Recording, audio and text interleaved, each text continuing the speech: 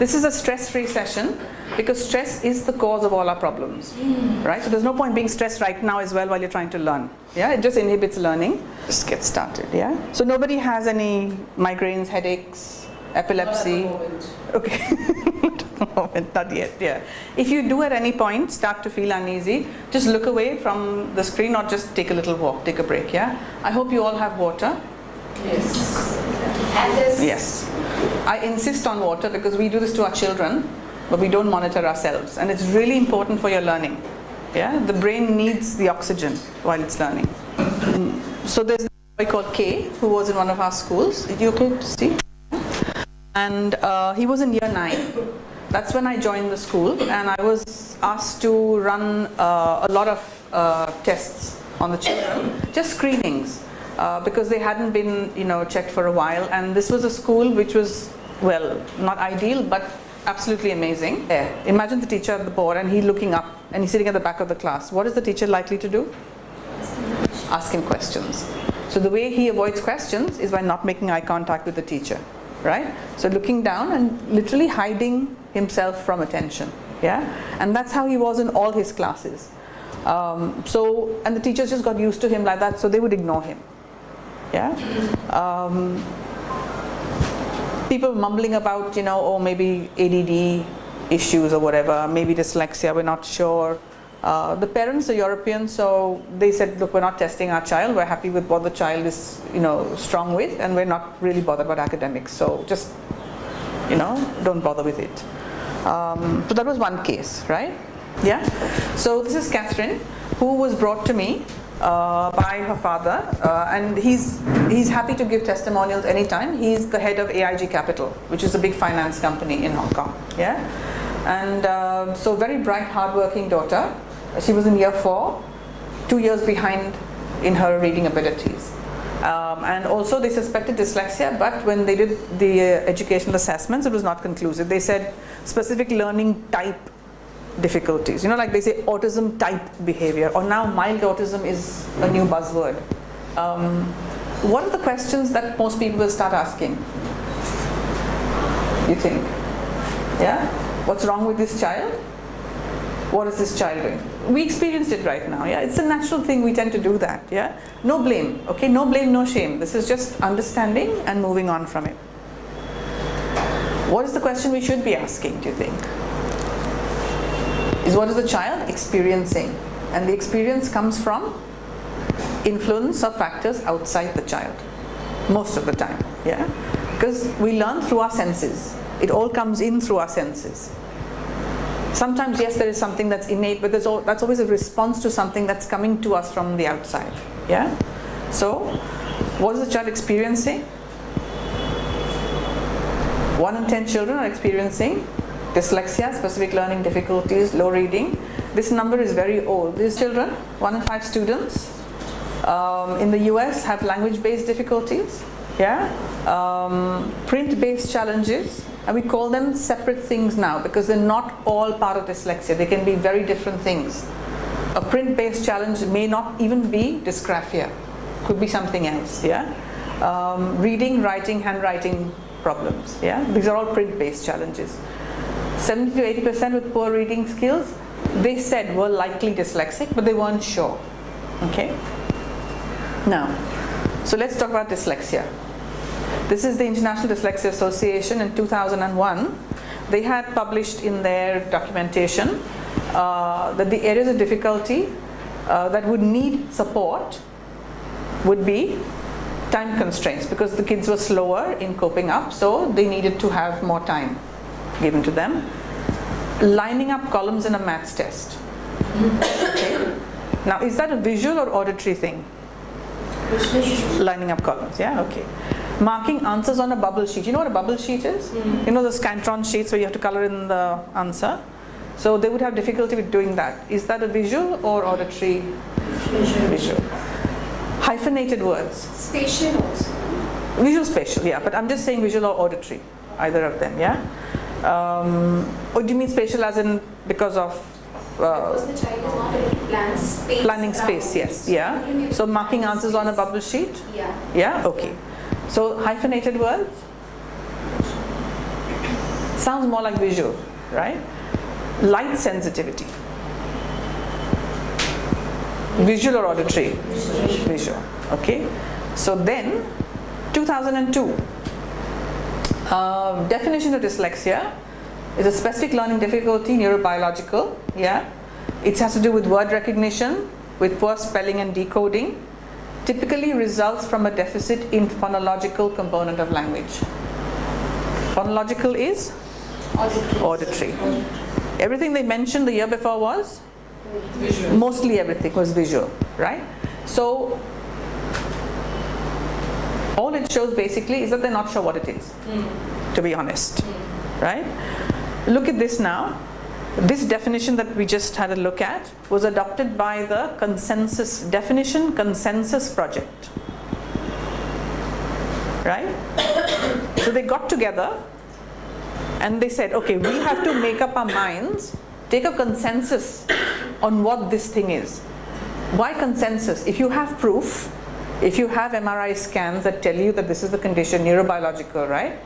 Why would you need to take a consensus? Because there is no evidence. They've done years and years of investigation research. There is still no evidence. Well, there is now, but it's still not accepted because they spent so many years going on about phonological deficit that when this comes up in 2014, Sally Shavitz is one of the gurus of dyslexia. Okay, she's done everything to do with dyslexia research. And she was the one person who had come out saying it is not visual. There is no visual component in dyslexia. And this is her research, and not just hers, it's a whole team that says decreased connectivity in the visual pathways between the visual and prefrontal region. This is when they tested how many dyslexics, it doesn't give the number over here, but a huge group of dyslexics with 180 something dyslexics who as adults were tested, and they found that there was reduced connectivity in visual word form area, but their auditory connectivity was absolutely fine. So do you come across kids with dyslexia who can give you the phonetics of a word, but they may not spell it properly on paper, right? If they can give you the phonetics, they don't have a phonological deficit. So where are we now? Nobody knows still, okay? Because since then, we don't know what has happened, but there's no new research in dyslexia at all. The random brain scans keep coming up, but they're all different almost every time, yeah? What I'm more concerned about is this. Because a lot of our remediation, our interventions are based on research. Where has the research led us? Nowhere. It's basically saying, oh, it could be auditory or visual. And we're using these, what we call, remember I was saying, Reena, scientifically, what was it? Evidence-based research, evidence-based programs. If the evidence is so confusing, how is the program appropriate? Just think to think about. There's no right or wrong. We just have to understand these things, yeah? It's not just about children and education. There's a market, yeah? So, here we are. Who are we concerned about? The child. Okay, forget the evidence, forget the base.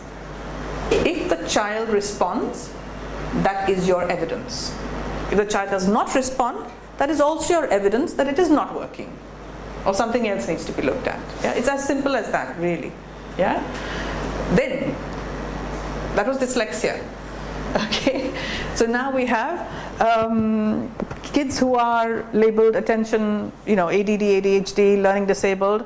Some are just labeled lazy, right? And there is clear indication. This is from an optometrist, yeah, that they have some kind of difficulty keeping their eyes on the page.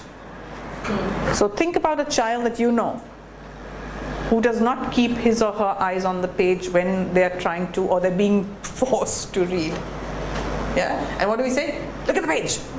Look at the page. Look at the words, right? And so they look at the words, and then there's trouble, and then it all escalates, and everybody screams and shouts and gets upset, right? So, who goes for an eye test when a child can't read? First thing. Anybody?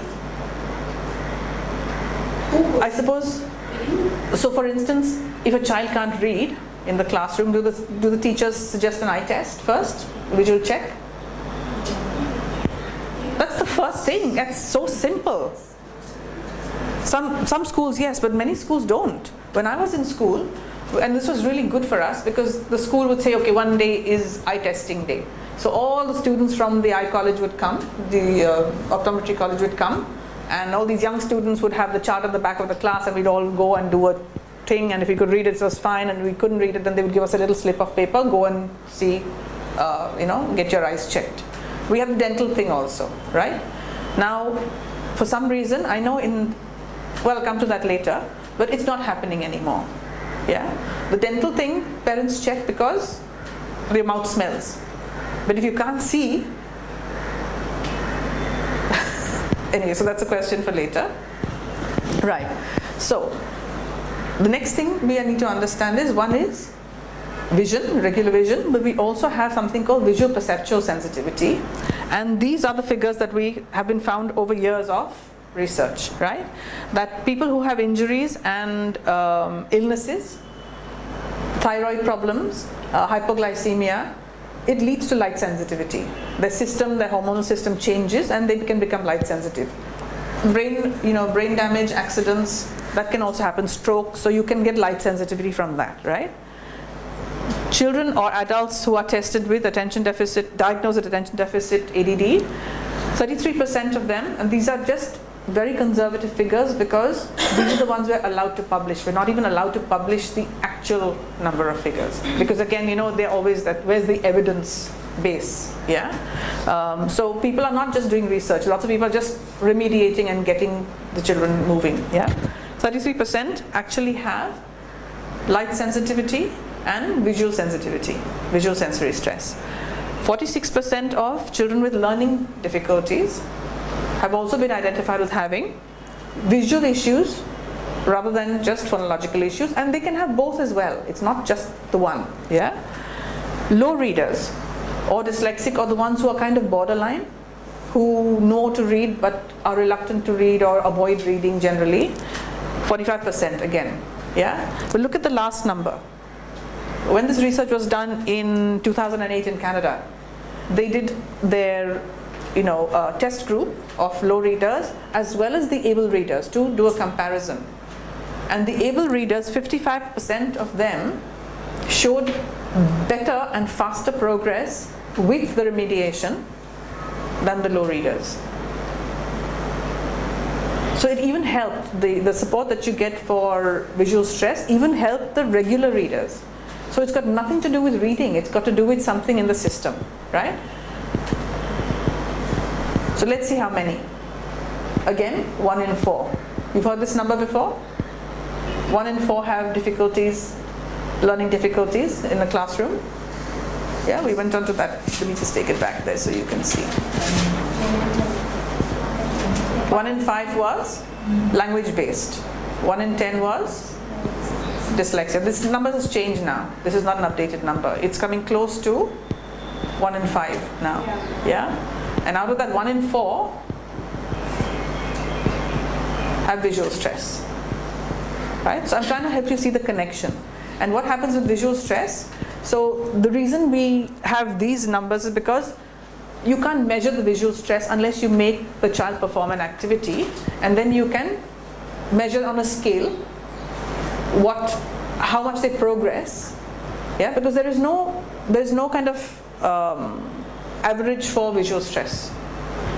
There's like an IQ. You have an IQ scale. There's no scale for visual stress or vision, right? Either you have good vision, or it starts to progressively need support.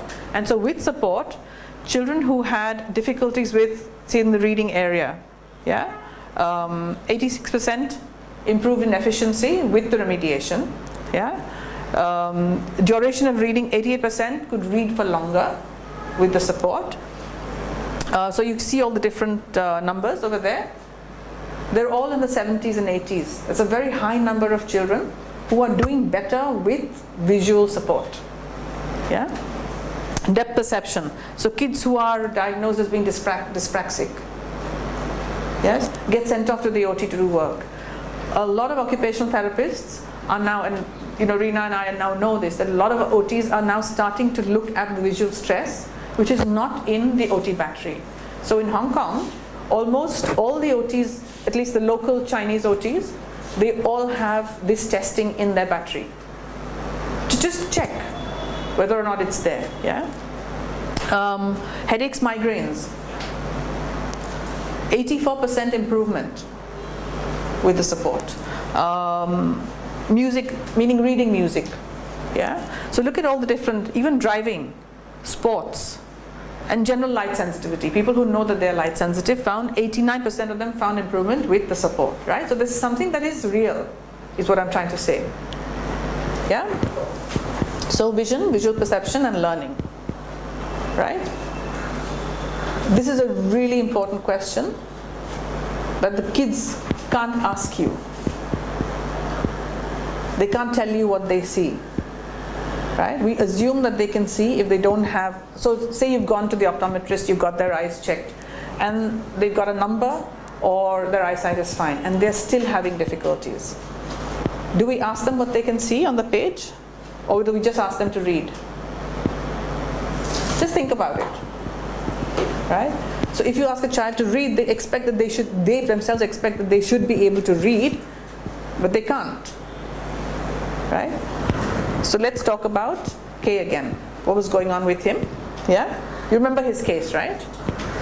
So when I started talking with him, he said he had suffered from headaches and he had visual tracking difficulty. He said, what was happening there? Oh, I have a lazy eye, he said. So I thought, oh, you have a lazy eye? Yes. When did you know? When I was in primary school, we had vision therapy and all that stuff, and my mom used to make me do it every day, and then we got sick of it because it's so tedious. And then they gave me some things in school, and in secondary school, does anybody know? And teenager, like, I don't know. Do your parents remember even? Or they told anybody? I don't know. So here is this boy with a lazy eye, which means that he might be seeing double. If both eyes are functional, he might be seeing double. And this is what he drew for me. I said, draw the alphabet for me. So just A, B, C, D. So he drew like overlapping 2 A's, 2 B's, 2 C's. This is what he was seeing, right? So it's really important to ask the question, what do you see? Not read. Yeah, very important. Just to start changing our language now, slowly. Yeah. So, I mean, this wasn't the worst of his problem. So he had amblyopia, which is the lazy eye, and he had vision therapy in the past. So sustained close reading tasks were really difficult for him because he was seeing double, right? And it was quite tiring for him, he said. Writing was very difficult. He had terrible handwriting and organizational issues. And then he had trouble with maths because, again, numbers were moving around or whatever. His spelling was weak. So we're sitting in the meeting in year 10, right? All the teachers have had his profile. He has individual needs sessions with his one of the special needs teachers. And we're going through his profile, and the teacher says, oh, he's doing really badly in his GCSEs. So we're like, what subject? Graphics. We're like, why is he doing graphics? He has a visual perceptual problem. Oh, because the class was full in the resistant material, which is the 3D stuff which he's good at. So, and he didn't have enough marks in the exam, so we just put him in graphics. This is like telling a person with one leg to walk. Doesn't matter, there's no room, no crutches and all available now, so just walk. Literally, yeah? This is what we're doing to our children. Okay, just to keep in mind. So do you see faces like this in your classes sometimes? Why do you think they might be sitting like this? Yeah, there are reasons for everything. Okay, so let's come to the positive part. Yeah. Well, anyway, that boy, he was so good with all his mechanical stuff that he was just hands-on. He would probably become a garage mechanic. He would probably go and join the Formula One races and become very famous at the end and rich. And nobody cared about his academics in the end, right? His parents weren't really bothered. Like I said, they were from Europe. They don't give put too much emphasis on academics, more on practical things. And he was good at that. So he was fine, actually. So Catherine here, when she came for the testing, we did the test for what's called Irlen syndrome, which is visual perceptual stress. And both she and the father attended. Most of the time when we do assessments, one parent has to be there, if not both. Because it's very important for the parent to see what's happening with the child. Yeah? Otherwise they don't believe it. Yeah? So it turned out to be visual perceptual sensitivity. And there was a dramatic change. And dramatic means within 10 minutes, 15 minutes, there was a change of sitting in the session, right? And what she said was, the words aren't nervous anymore. What do you think she was feeling? Or seeing, rather? She said the words aren't nervous. Probably shaky, yeah? Something like this? I won't do it for too long, okay? So with the right color, because we use color for testing for visual stress remediation. Okay? So can you imagine what she was going through? Right? And this is something that happens from childhood, from birth, unless it's due to accidents or injuries or illnesses and medication, right? So the happy ending is that the words that had shivered before and was hard for her to concentrate, and she assumed it was normal, right? Because she looks at her book and things are moving, and she looks at the partner's book and those are also moving, but the partner is reading perfectly well. So what do you think she's thinking about herself? I'm not good at it. There's something wrong with me. I must be stupid. Kids are very tough on themselves. I'm a retard. Oh, don't expect, I'm just a retard, don't expect me to do this. Because everybody uses that language, no, with them. So, what Dad said in the end was, after one testing session for Irlen, changed 2 lives for the better. Why 2 lives? The parent and the child. It's genetic. That's why the parent also has to attend. Most of the time, 75 to 80% is genetic. So the parent will come and say, oh, things are moving for me also. So come here. Let's do the check. And so he went off with his overlays, she went off with her overlays. So they're happy endings most of the time, right? But they can be very happy if we learn to ask the right questions. We don't have all the answers. We don't have to have all the answers. We just have to know to ask the right questions. Okay? So let's get into the visual component. I'm just going to keep an eye of the time. 70 to 80% of our waking day is spent using our vision, if we have functional vision, that is. If we don't have functional vision, of course, other senses come up stronger.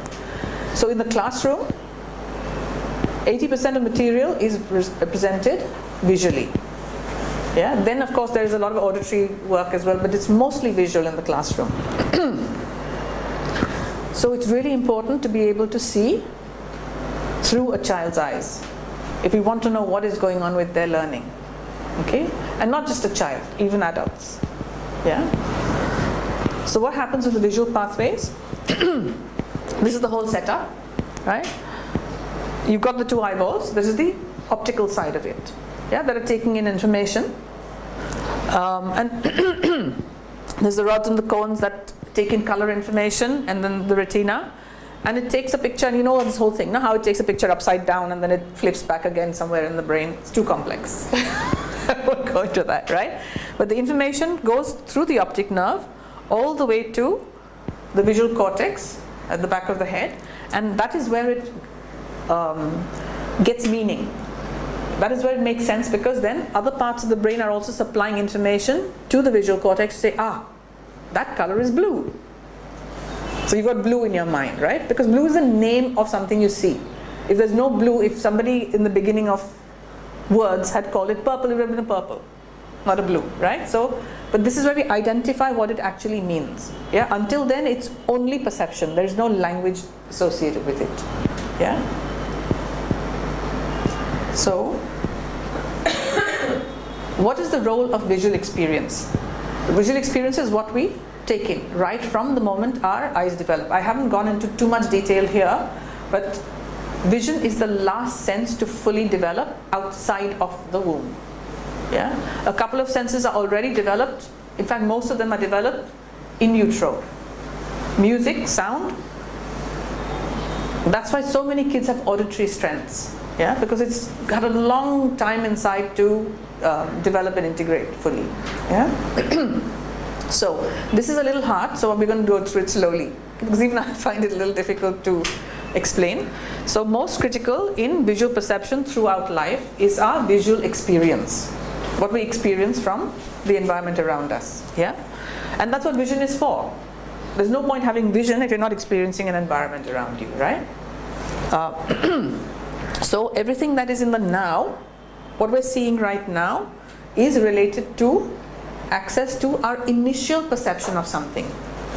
So if we've seen the color blue, I just quote the color blue.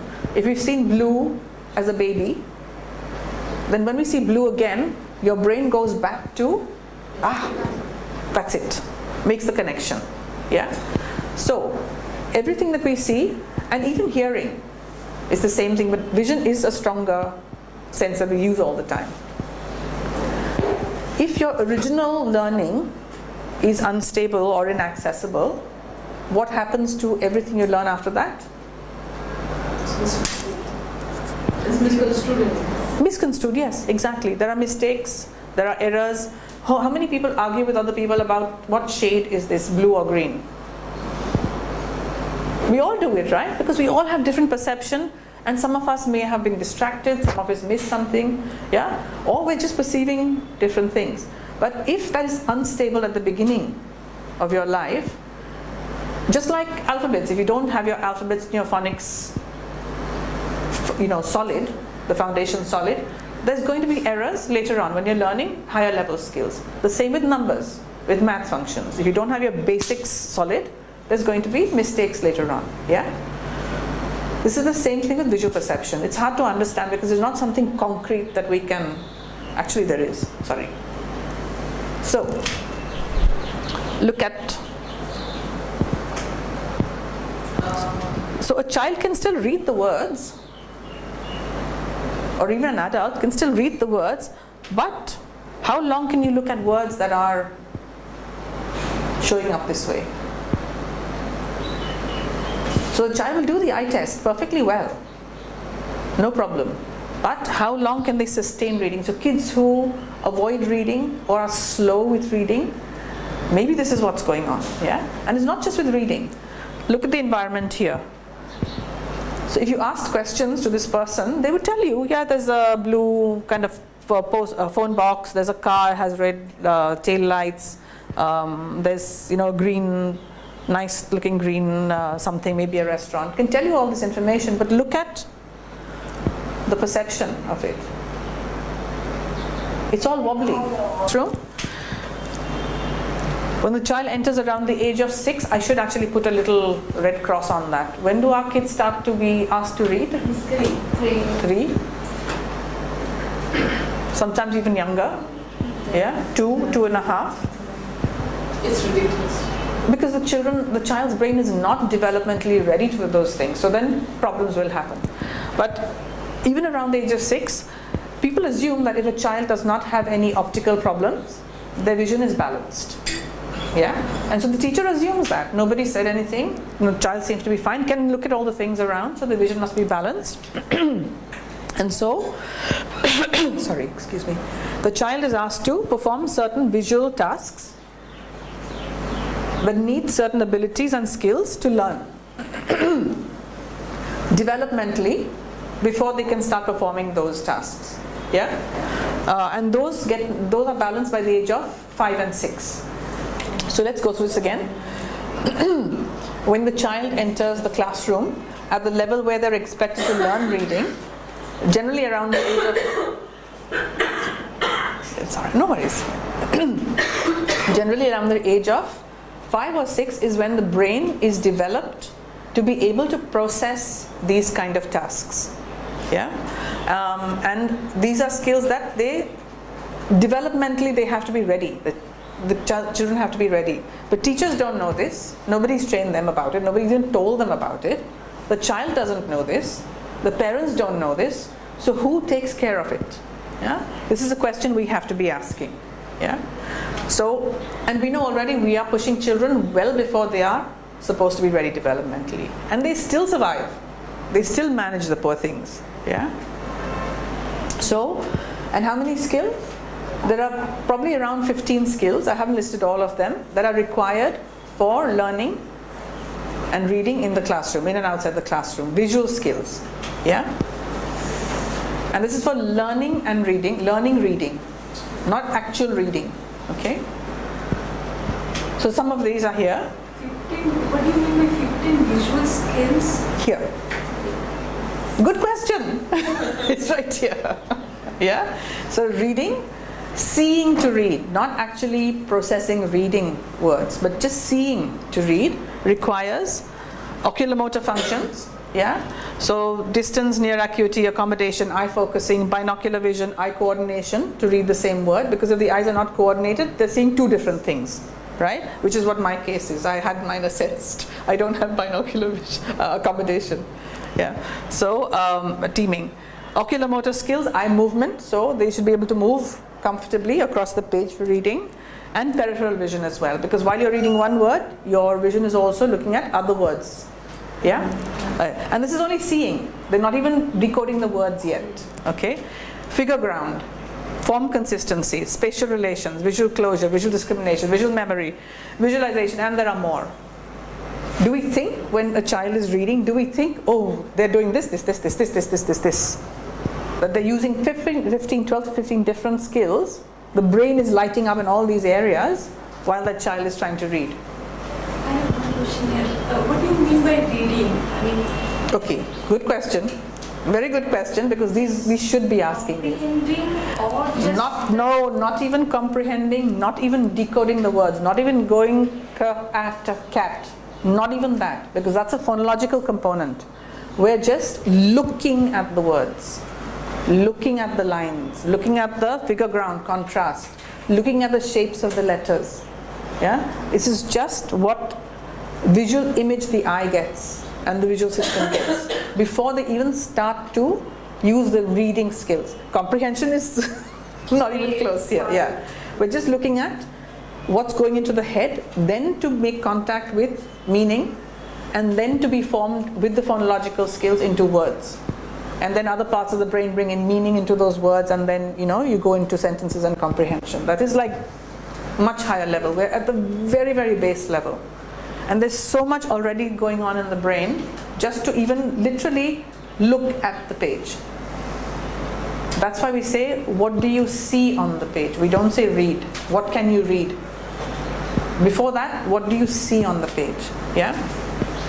So, of that, and this is really, really important, vision, or the eyes, are only processing 10% of the information. So it's the lens, the retina, the rods and cones, and the muscles are moving the eyes. The muscles are shaping the lens to adjust. Yeah. The rest of the information is processed along the magnocellular pathways that go into the visual cortex. Yeah. So we will never fathom what this means or looks like.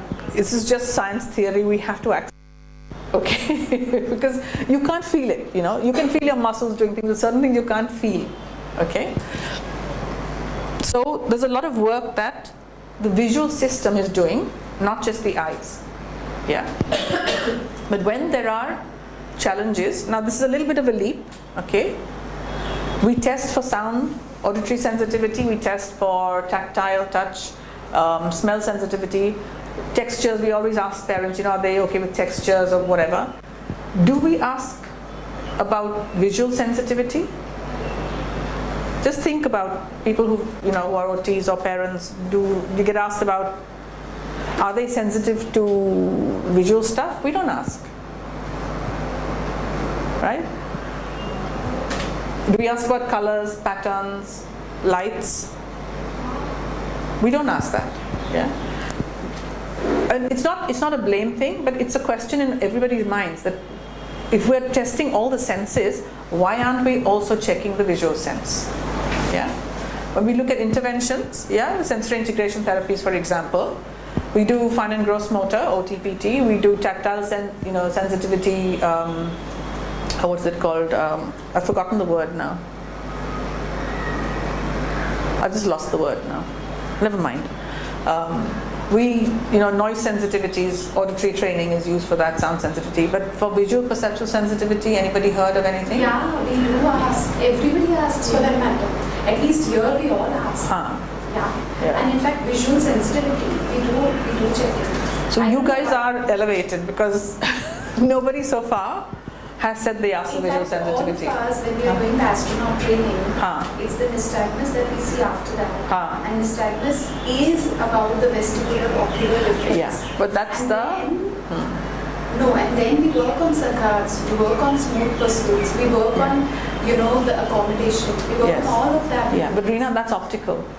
That's only optical. That is not the visual cortex. The saccades are only optical. The nystagmus is only optical. So what I'm trying to do here is that the visual system is related to the vestibular system. I know this. Yes. Yeah, I'm just sharing what Yeah. So when we connect the vestibular and the visual together, and we work on the visual perception, then it gets better. I'm not talking about visual stress. I'm talking about visual perception, and it involves all of those 15 elements that we just spoke about. Exactly. Yes. And this is what every therapist is trained for. Like I did my graduation 18 years back. Even then we were trained. So they don't check. Yeah. So I'm like shocked, how. Yeah. They don't check, and that is why Kim Barthel comes up with a workshop that is connecting only visual and vestibular. In fact, Mary Carver, she talks about the vestibular visual. Yes. Yeah. How does a child know that this is not normal? This is what they've always seen, unless it starts changing, and then maybe they'll start telling you about it, right? So, 5 kids in a classroom. This was in 1973, and it's not something new. Had visually related learning difficulties. 5 kids in a classroom and in 1973 in the US there were probably about 20 kids in a classroom or 25 kids in a classroom. Yeah? Not like India. Never like India. Right? We have how many now? I've been told 60, 70 kids in government schools, classrooms. But that refines our abilities, I feel. It for some who can. And for others for others they perpetuate that same level of stay down there. Yeah, it's not inclusive. Yeah, so let's look at this now. 2003. So how many years is that? 1973, 2003. 30 years. Yeah. So 60% of the kids with learning difficulties had undiagnosed vision problems for good reason. Nobody knew about them. Yeah. And yet nearly 80% of preschoolers were not given an eye exam for common vision and optical problems. Yeah. Then we come to 2012. Yeah. A year before the 10-year mark, 1 in every 4 kids have a vision-related disorder. Right? Does it sound like other numbers we've heard before? 1 in 4, 1 in 5. Yeah. These are not just coincidences. There's a reason for this happening. Why is this happening so much? And this also includes optical problems, not just visual perceptual problems. Yeah, because at some point, I know this happened in the UK, probably in the US as well. It was taken out of the hands of the school authority to do the eye tests. Even we have a British system. It was the same thing before. The school wanted to ensure that the kids could see, so they had the kids, eye tests done once a year. 1 day a year was eye testing day. Once a year was dental checkup day, right? At some point the government said, no, it's not up to you guys, you're not health related. This is now the health department's issue, so you have to go to the government hospitals to get checked. And what happens with the government hospitals? Who wants to go voluntarily to a government hospital? It's the same in the UK still. It's not different. It's the same system that we have, maybe slightly cleaner, but exactly the same, yeah? So, and parents have to do it, right? And unless a child complains, how is the parent going to know that the child might have a visual issue? How many parents just do a regular checkup every year? I want you to just listen to the numbers and think about the enormity of the population. 20% of all school children, 1 in 5, yeah? Sometimes I'll say 1 in 4 because my maths is terrible. And it is critical now. It's come to a critical stage because these uncorrected refractive errors are contributing the most to learning problems. Yeah. The saying is that by 2020, if we don't get rid of the small screens, myopia will become, not 2020, I'm sorry, 2050, myopia will become a genetic issue. Because the human system is just not being allowed, like the tail. We didn't need the tail, we have a bone but no tail. So we will be everybody in classes then. Unless nobody goes out because of the pollution anyway, so then it's fine. You don't need to look at distances, right? So bleak. Yeah, I know it's bleak. It's like one of those sci-fi movies, right? Which I've seen quite a few of recently. But no, it comes from what is going to happen. These things are coming true. Yeah? But I feel we are talking about it, at least some of us are aware about it, we'll work towards it.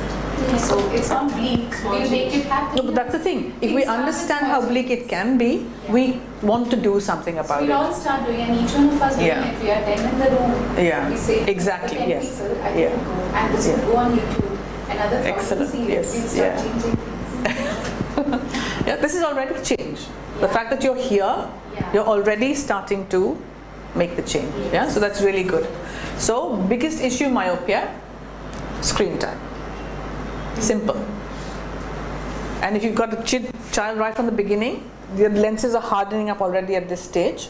So we'll not be able to see the board, we'll not be able to even hear, because people who have sight, people who are sighted, use a lot of lip reading to understand.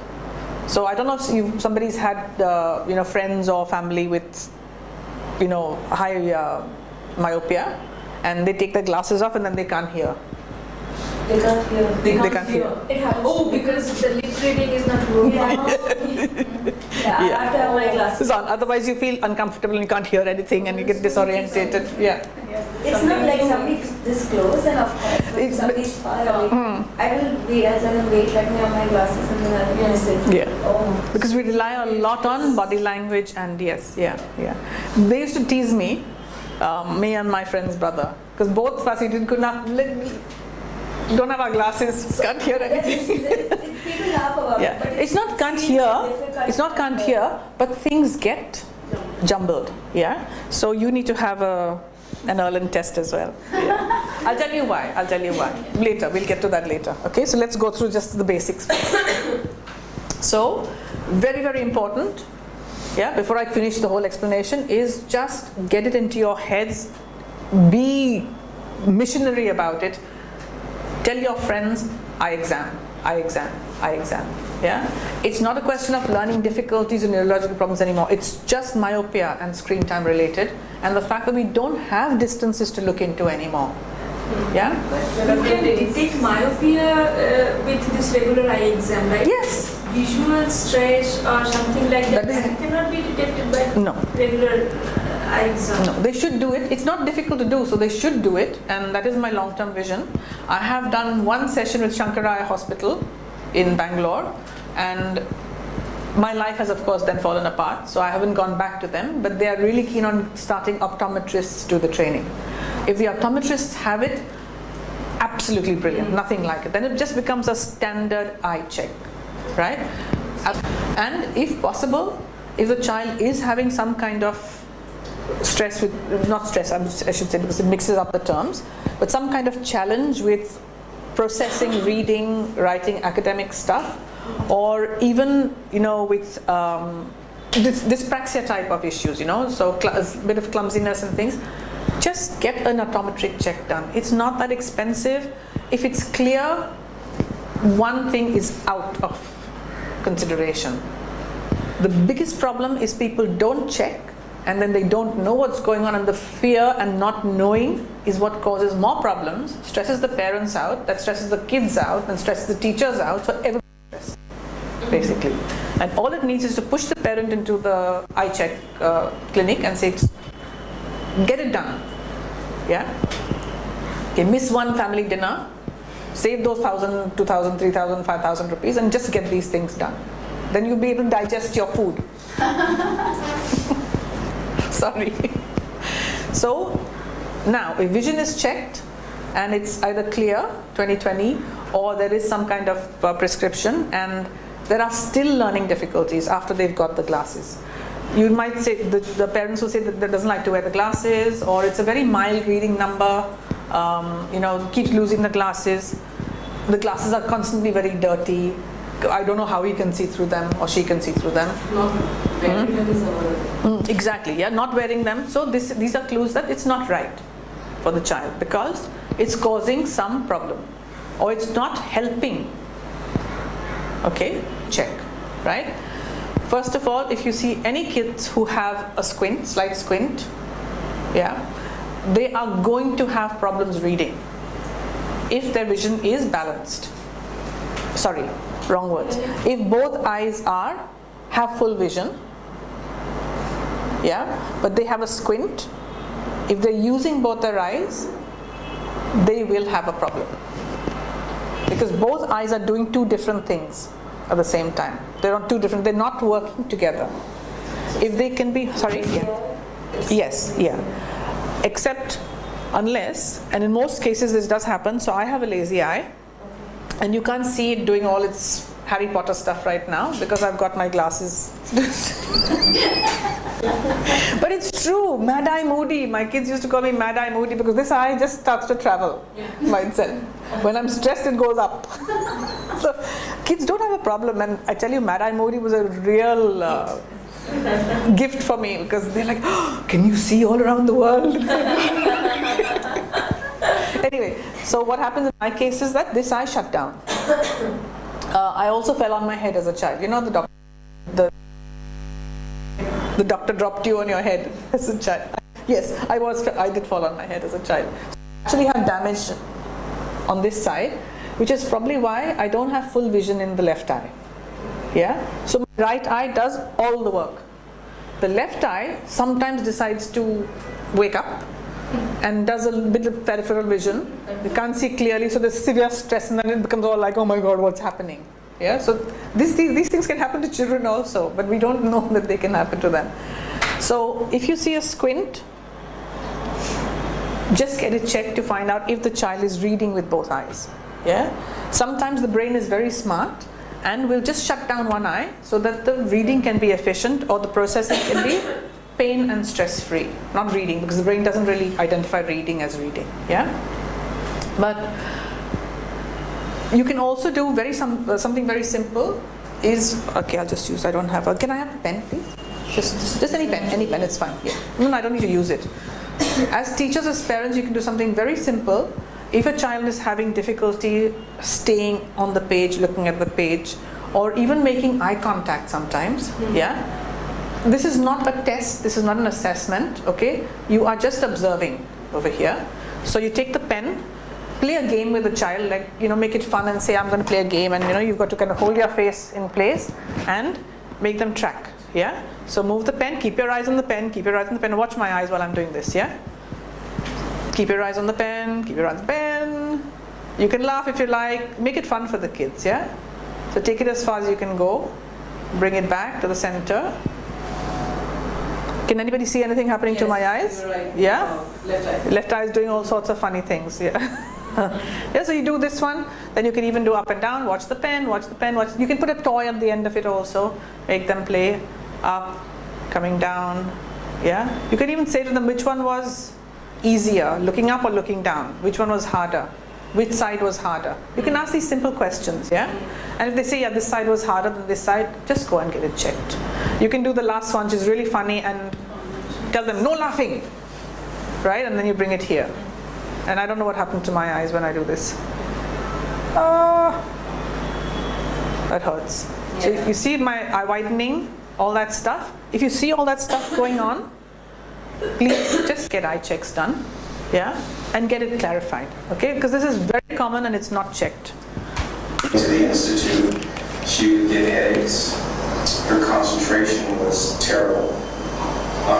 She couldn't do her math, her language, anything. And now that she's got her glasses, When you say glasses or Irlen colored filters?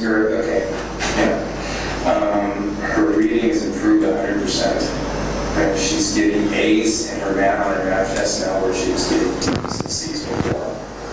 And all around, it's just made her, at school, just made her a lot better. Headaches. How often was she getting headaches? Every day. And now, with her Irlen colored filters? Yeah, None.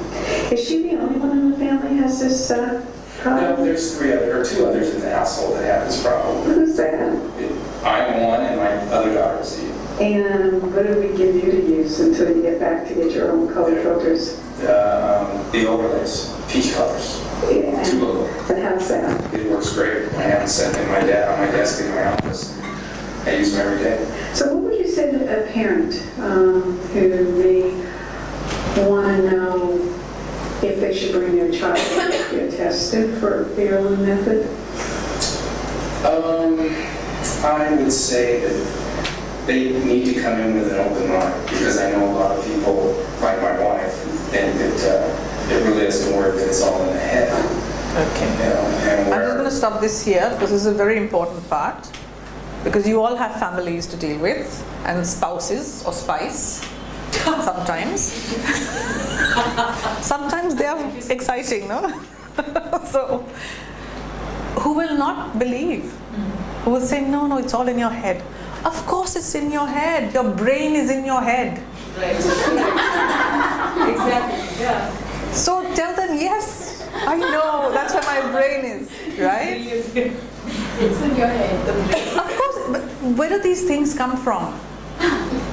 These come from reality. Your brain is in your head, so it is all in your head. Your brain, regulates the whole body, right? So whenever this kind of thing comes up, say yes, thank you. Always accept graciously, say thank you, and then go and do what you want to do. So the wife does not believe at all, and you will encounter this constantly. I have colleagues whose children have been tested and they are still telling me, oh yeah, she's using, so I will give her name. So Alia is this little girl, Meghna is her mum, and Meghna is my almost my best friend in Pune, and she's a teacher and she's done all sorts of NILE training and therapy and all of that, and daughter was just not managing. She came and then got a test done. She took away purple colors. I said, look, you don't have to have the overlays because teenagers don't like all these things. They don't want to look different from anybody else. Took away the purple paper, and I said, sometimes you use it, sometimes you don't feel like using it, it's fine. When your brain is tired, you might need to use it. When you're not tired, you might not need it. Make sure you're sitting in comfortable lighting. You don't have to sit with bright lights. And this is when you think about people coming into the room and saying, you're reading in the dark. Tuck, tuck, tuck, tuck, tuck. All the lights go on. It's full blast on a person who has light sensitivity, which is about 50% of the population. You are stressing them out more than doing them a favor, right? Your eyes will go bad. If I whisper, will you go deaf? No, honestly, if I whisper like this. But I did that to my son. I don't know whether I was wrong or something, because on the mobile, the brightness was reduced and he was reading it. So I said, you can't do that. Your eyes are going to... So, okay, I'm going to use you as a case study. Thank you very much for doing this. No, honestly, I'm not blaming I you. need that right. But for him, it was, I felt, as it is, you are having the screen over here, you're reducing the brightness, and then how is it going to help? But he's reading comfortably. Yeah, it is. But that's So if he's reading comfortably, why would his eyes be straining? Think about That's it. what we've been taught since kids. Since kids, from the days of candlelight, where people used to sew in the dark. So now today, 20 watt LED, put the lights on. your eyes will go bad. And the poor child will have a nervous breakdown because of the bright lights. Then in the dark, So, but this then is it's on the straight mobile, now. but you can, adjust the brightness. With Huh? the books and all, you're not going to adjust the brightness. So, give me the logic. Explain to me what is happening. So basically, as we have been taught, you need to read in good light, Huh. good amount of light. What is good light? Yes. Yeah. It differs for everyone. Yes, But yes, we have. No, generally, what is good light? See, I wouldn't prefer to read in a yellow light. Basically, I prefer white light. That's amazing. Same here, See, same here. that's I also don't like yellow lights. So I I don't think it's all like- about the preferences. I don't like that's the reason at times I don't like restaurants. Okay. because I don't Listen to the language. yellow light. Exactly. And places where the trainings happen mostly, they're like hotels, and then they have like lots of lights. I don't like them. Uncomfortable. Yeah. So You had something to add, yeah? No, my query is pretty much like a parent. We generally believe the child is so engrossed. Like if I'm reading a Harry Potter book, I don't really care whether it's good light, whether my eyes are strained. I keep reading. Okay. So So I'm assuming let's my child go is back doing that. to science class. No, see, also something I would like to share is what I've seen. If the books have mild, yellow kind of pages, He's reading it's better. much better than a stark white color. Because It's that's- like, No, one second. No, wait. I cannot read on Kindle. no, when we Wait, read on Kindle, wait. it's sepia. Okay, So it's okay. yellowish Stop. background. Everybody stop. Everybody stop. Okay. Can you hear the language you're using? No, it's fine. Good, important. Yes, because that's our point of reference. That's important. I like, I prefer, yeah. I prefer is not a standard. Correct. So It's not a good light, bad light. Yeah? Good light is when you are comfortable reading and you don't have a headache and your eyes are managing and you're reading fluently. Bad light is when you can't read. If a child is reading or looking at the screen like this, it's okay. Okay in the sense, what are they looking at? Are they trying to read words? Are they playing a game? Game. both. For game, no, you cannot do both. No, sorry. So at times it Listen to really me, works yes. up or Listen to me. Those are not the same skills. For reading, the eyes need to converge to every single letter and word to read slowly. When the eyes are playing a game, you're using a lot of peripheral vision. It's not the same thing. You cannot use the same standard. Yeah? It's okay to brightness. Is Nothing is okay. Wait. Nothing is okay. First thing, toss all these things that you're reading in advisory columns and magazines, because one day breast milk is dangerous, second day breast milk is important. This will keep changing. Yeah? All our evidence bases are moving and shifting. Yeah? You have to be the judge and your child is the evidence. Simple. We just step back and let's observe. Yeah? We're doing this because it's been done to us also all our lives, right? So this is what we know. But we have to now step back and say, is he reading comfortably? No, first of all, before even he is reading comfortably, even if he's reading comfortably and fluently, or he is playing so dexterously on a game, this is damaging the eyes, this distance, yeah? Because you're not getting that. Sometimes it's okay. Sometimes it's okay. Because you need that close distance, but you also need to have that long distance use of the eyes for flexibility, right? So you have to limit screen time. The way screens are going, you can't, it's very hard to. So allow screen time, but here, not here. So if your child is playing a game and they will not get off the game, and he's willing to do many things for you because you let him play the game, let him play on the big screen TV. That's fine. Just not here. Yeah? So buy a PlayStation. Buy a PlayStation. You get Chromecast. But You just cast see, so many options. That's what I tell And the whole family can enjoy it. I tell him to cast it and play. At least I'm watching Right? what he's doing, because when he's Absolutely. I can't keep an eye on what's Absolutely. So many positives, right? Get him a Wii. Exercise भी हो जाएगा सब साथ में. Tick, Get tick, an tick, tick. Xbox. Yeah, let's do that. Yeah, because we cannot stop progress, we cannot stop technology. They are way smarter than us. We have to accept it. We are already regressed brain-wise, yes. We cannot take it away, but we can make it positive for them. Yeah, and he'll be in shock. I'm trying to play quietly. Your mum saying, "Come play on the big screen." Oh my God, I hope you're fine. I hope it's all fine with you. You know, when I do that, my son gives me a look and he tries to gauge my expression. Are you fine? Are you okay? Do you really mean it? You know, do you But you can really just look at him and say, "I'm a progressed human being. I've evolved. I have evolved." How lovely, no? I have evolved, bete. Beta update हो गई हो. हाँ, मैं update. Sorry, you're getting claps on the mic now. I've just had an update. Superb. I think that's excellent. Yeah. Yeah. So, so let's go back to the point, because we'll have a lot of this going on. We really need to update, but it's true. We have to constantly update. I mean, people think I'm mad. I'm doing my master's in psychology now, but there's no choice. We are all updating. Things are moving so fast, you can't keep up. I get like 20, 30 papers, research papers a day. And I'm like, oh, I want to see this, I want to see this. I say that my computer is so jammed now, I have to clean out stuff, otherwise it will stop. I just saved up so much material. But our kids will be very happy and say, please go to that person and get updated. Updated, yes. Get more ideas. I do self. No, I can Google. I'll self-update from Google. So anyway, right? So this was about people not believing, right? And there will always be people who will have something to say, whether you're doing well or not doing well. Somebody will have something to say which they think is better than what you're doing, right? Your only evidence is your child. If your child is not doing well with this support, it's not working for the child. Yeah. Some things, yes, take time.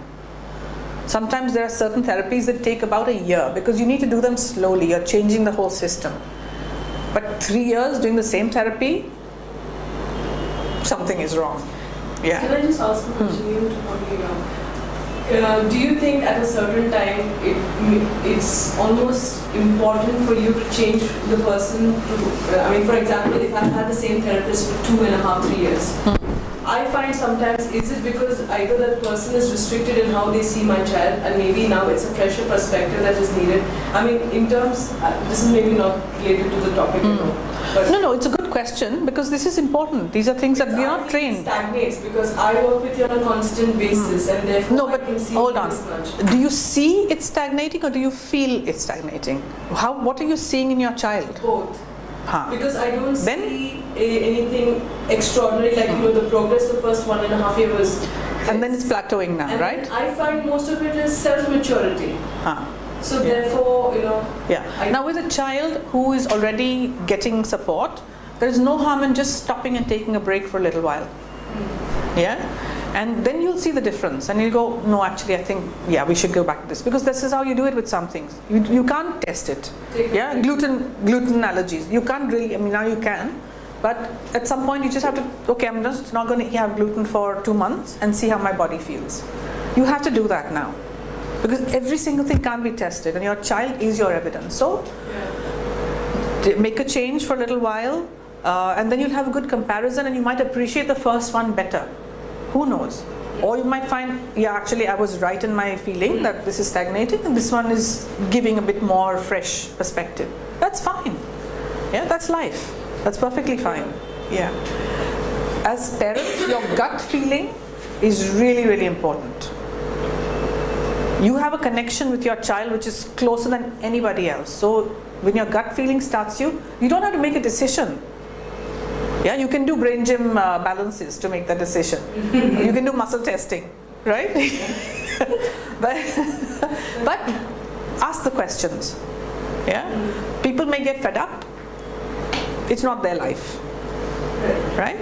You do what you have to do, but ask questions. Ask people questions.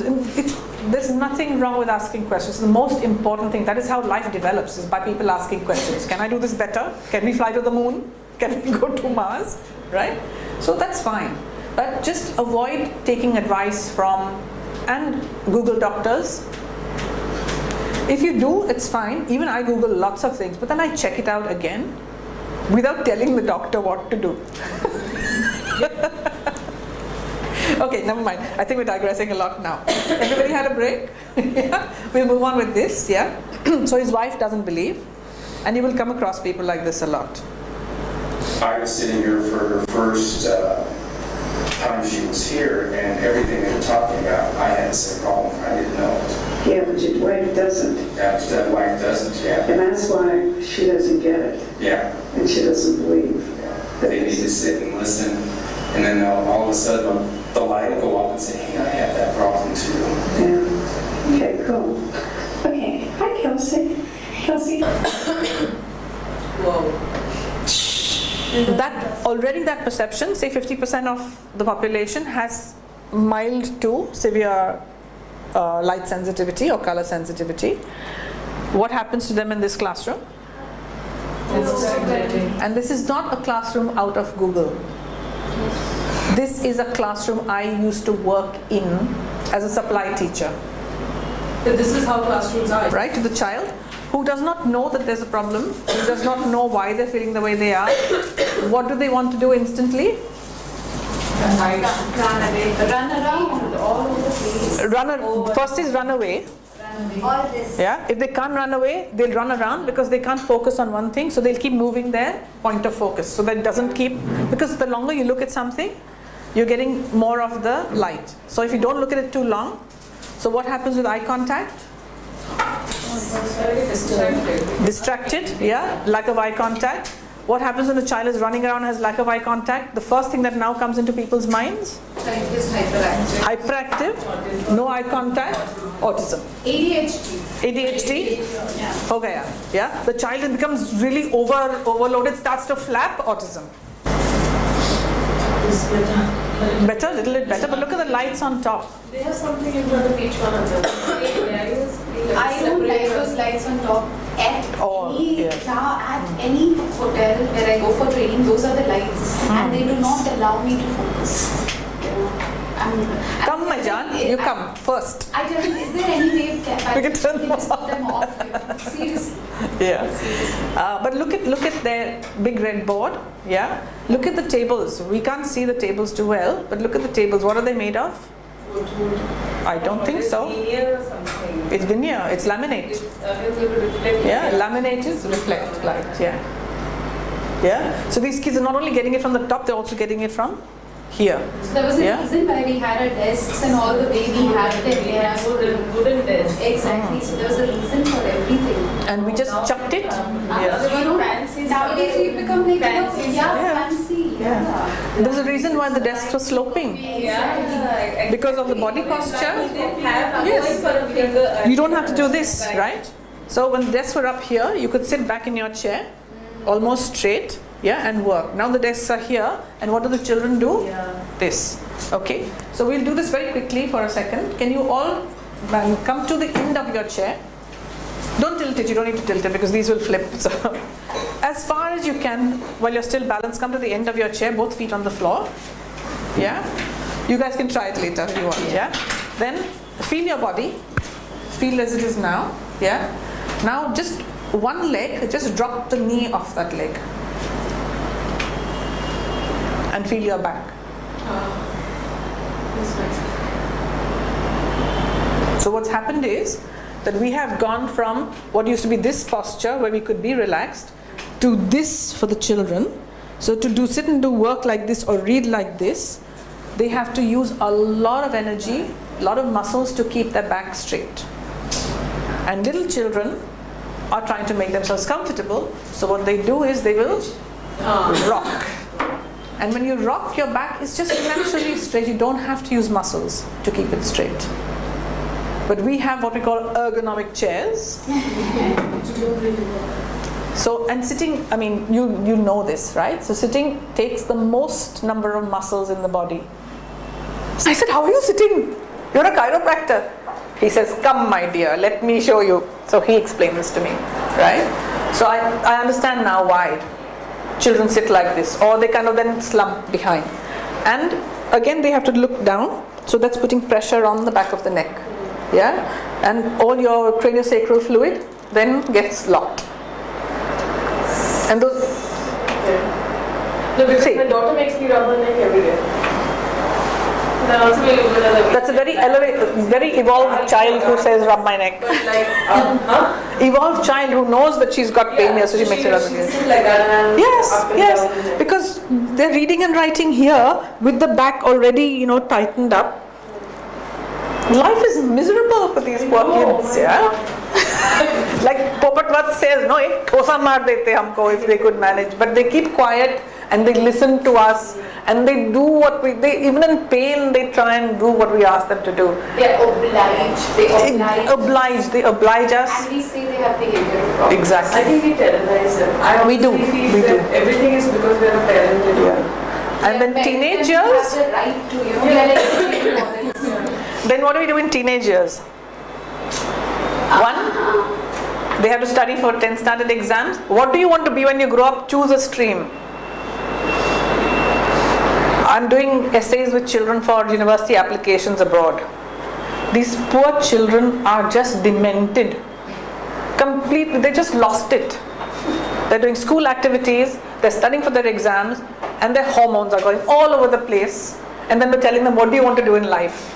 I know. No wonder they have so much teenage angst, yeah? They all want to die. That's all they want to do is die. Discussing on the page about how many kids have committed suicide in the past. It's true. Yes, It's yes. ridiculous. All well-performing head girls and head boys and all these things. We don't know what we're doing to their brains, really. It's true. And parents who say to me, it's so hard to manage. I said, wait, he's only 5-6 years old. You wait till he's a teenager. They're like, don't scare us. I said, I'm preparing you now. Release the child. Let them out of that cage, honestly. Never mind. So when it comes to tertiary level, in the pretense of being ergonomic and minimalist, this is what happens. I'm surprised that there's a carpet and not a laminated floor, because then that would be full on, completely, 3 whiteboards, full lights, white walls, totally reflective chairs, desks over there. Yeah. So, Tehnaaz, just to but I think this also could one of the reasons, because most of the schools have LED screens as of now. Kodal also is an example. No, all, yeah, you're right. Most of Even them. regular schools have inserted the Smart class. Smart boards. Yes, So I yes. think that was Since we go to the same school, we do so. where children find it difficult to copy from the boards. No. Yes. Or so. No, whiteboards are the problem because whiteboards are hyper. So that's what I'm saying. Yeah. The whiteboards, most of the Whiteboards are not smart boards. Smart boards are different. Smart boards are not reflective, but they do have backlighting.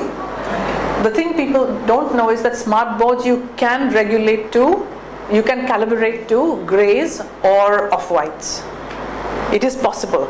There's a function. White sheet. No? Yeah. No, but that's not a smart board. If it's a white screen, yeah, so it's only a projection. That's not a smart board. But the boards they changed. The actual writing boards have changed to green now. Green now, no? Most of the schools have that. But a very, in my daughter's school is large portion. In my son's school it's like this. Yes. Yeah. Yeah. So people are, without even knowing this, people are, using things that, because it is hard to see on a whiteboard. There's so much reflection, and then there are red and green pens as well, right? And for a child who's colorblind, and so this group do the red column and this group do the green column, and the colorblind child is like, which one is red and which one is green, right? I haven't gone into that colorblindness in this one. Okay, never mind. Let's run through this. So this is a very clean gym, of course, never to be seen in India, this kind of a gym. But look at the reflection on the floor, right? We still have gyms that have polished floors, right? What if a child has light sensitivity and all these lights are reflecting on the floor? You seen children who don't want to go into the gym? I have kids, I have I don't want parents. to go. No, I have parents who tell me my kid doesn't want to enter into a mall. Yes. Obviously, you enter and this is all that you see. Wait, it's coming. Even the clubs, even the So offices to chalo, and a lot of my friends tell me, oh no, it's just I've had a hard day at work, headaches every day, but I'm just working very hard. But you don't have to have headaches, even if you're working hard, right? So supermarkets, look at the floor here. And now to even full color onslaught, patterns of color, right? So the child becomes completely freaked out and only wants chocolate and sugar and sweets. Happens a lot in malls, in Supermarkets, yeah. Meltdown, very common. Because of all these rows of patterns that are, and malls. In the club, disco club would be the same thing with lot of neon, lights. Not really, because they're not reflecting on anything. It's dark. And it's not white. Lights, the strobe lights. Not for everybody, no, not for everybody, no. Yes, strobes, yes, but if they're just colored lights, not everybody gets. In fact, it's so dark that most people prefer to be in there. Yeah. People love those disco lights. And fast food shops, please note. Yeah, there is a reason why the red and the yellow are so popular with fast food shops. McDonald's included, main one. What does it do to your system? Red and yellow? Craves more sugar. Attracts and overstimulates. And when your system is overstimulated and you're stressed, what do most people do from stress? Eat. Eat. And sugars, usually, right? So this is, and they know it. Obviously they know it. They know what is in the system, the actions that people have. It helps them sell more, right? But like I said, learning is experience, not just information that somebody tells us, right? So we're going to do it ourselves. Oh my God. Okay, look away if it's bothering you, if it's painful. Okay. Yeah. We have those kaleidoscopes. So bad. So this is, yeah. It's too stressful. Okay, so This I can't take. I may need your help. It's too stressful. Too stressful. I told you, no, come and see me. No, I will teach you to diagnose yourselves, don't worry. Right? Including the parents. Because it's important and anybody can learn this. You don't have to be Change this. Yeah, please. happier. Okay? So I won't even do that. Should I do that experiment or not then? Please, Yeah, please. do it. Okay, so the people who don't like it, just close your eyes. Yeah? So, what's happening over here? What do you see? Moving, overlapping, giddy. Yes, okay, so don't look. It's You can't difficult look. to see where one ends and the other begins. Yeah, okay. So, and different reactions. Yeah. Focus. So 1, 2, 3, 4. Who else is feeling dizzy or giddy? Yeah, so 4, at least 4 and 5. So getting close to about 30% in the room have stress. Reena's not even looking at it. She's No, looking I'm at looking it. Okay, yeah. It's good, I like it. Okay, so what's happening here? It's an optical illusion. It's very simple. The reason that you think that you feel or perceive that the rings are moving is because of the colors in there, right? Yellow is a faster to the body, so you're seeing it quicker than you're seeing the blue. Blue is one of the slower colors, right? So it's a sequence in which you're seeing the different colors. The speed at which they're traveling to you makes it look like they're moving because you're seeing one with a delay. Yeah? Black is an absence of color, so the brain is going through no reflection, then one fast, then one slow. So it's creating this, like the animated books, it's creating a movement. White is the full spectrum, right? So all the colors are coming at you in white. And what are those red things? What are the red things around in the picture? That's where you hold and you turn it around. That's how I see it. A break in the. It's stable at one place. Okay, the red is not moving at all, yeah? Because it's in the white, only the red and white contrast, right? So it's not moving at all. But the other colors, because they're together in little bits and they're coming to at different frequencies. So everybody is seeing something moving. And some people are getting really stressed out, right? Okay. Second one, yeah. So you got the concept of the things looking like they're moving. So when she said the text was moving, the words are moving, yeah. That's probably what's happening to her. Okay. So let's do this one now. You want to know this now? Okay. No points for answers. No points for answers. No answers. Do this with your kids as well. Ask them a question. Say no points for answers. If you answer the question, you get a minus point. I want you to think about it. I know, elevated, tell them, not, I'm an updated human being now. You don't have to give me the answer. I want you to think about it. They're coming closer. -1 point. I said no points for answers. In 2. Never mind. Instructions. No, it's okay. It's fine. So I want you to think about what you saw first when you looked at it. And as you keep looking at it, what happens? Okay. So who saw the faces first? Okay. Who saw what do you call the vase? Vase first, yeah? So different lot of people now raising their hands, yeah? The people who saw the faces first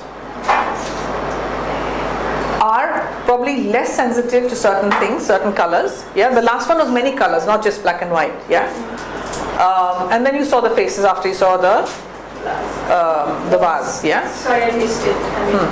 What was that? So the people who saw the I made a mistake. The people who saw the faces first could focus on the black and not be distracted by the white. The people who saw the vase first are more sensitive to the full spectrum, which is white. So we saw the vase first and then they went to the faces. Most of us will go to the faces because we're human beings. We are programmed to recognize faces. That's our thing as human beings. So they will go to the faces. But then what happens as you keep looking at it is that some people said that the faces, she said the faces were kind of coming together. Anybody else? Any other? You saw the vase first? After seeing the face, I saw the vase. Yeah, but if you keep looking at it, what happens? I can see a blue outline there. Okay. Yeah. Everything you see is real for you. It is real for you. Yeah, for individuals.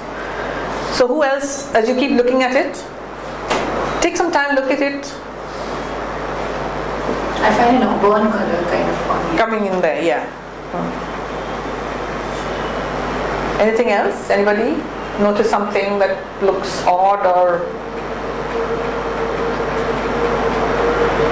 Can you just see one thing all the time, or is it alternating? Fluctuates. For how many people does it fluctuate between the most people, right? Yeah. What happens for you? So you just see the faces or just the vase and the other part doesn't move or it doesn't fluctuate, okay? Yeah, fair enough, yeah? So anybody else who didn't see the fluctuation? Okay, so this is a psychology experiment. Yeah, it's called the Rubin's face vase precept, ambiguous face vase precept figure. And because people noticed these things happening with black and white, they did an experiment on it.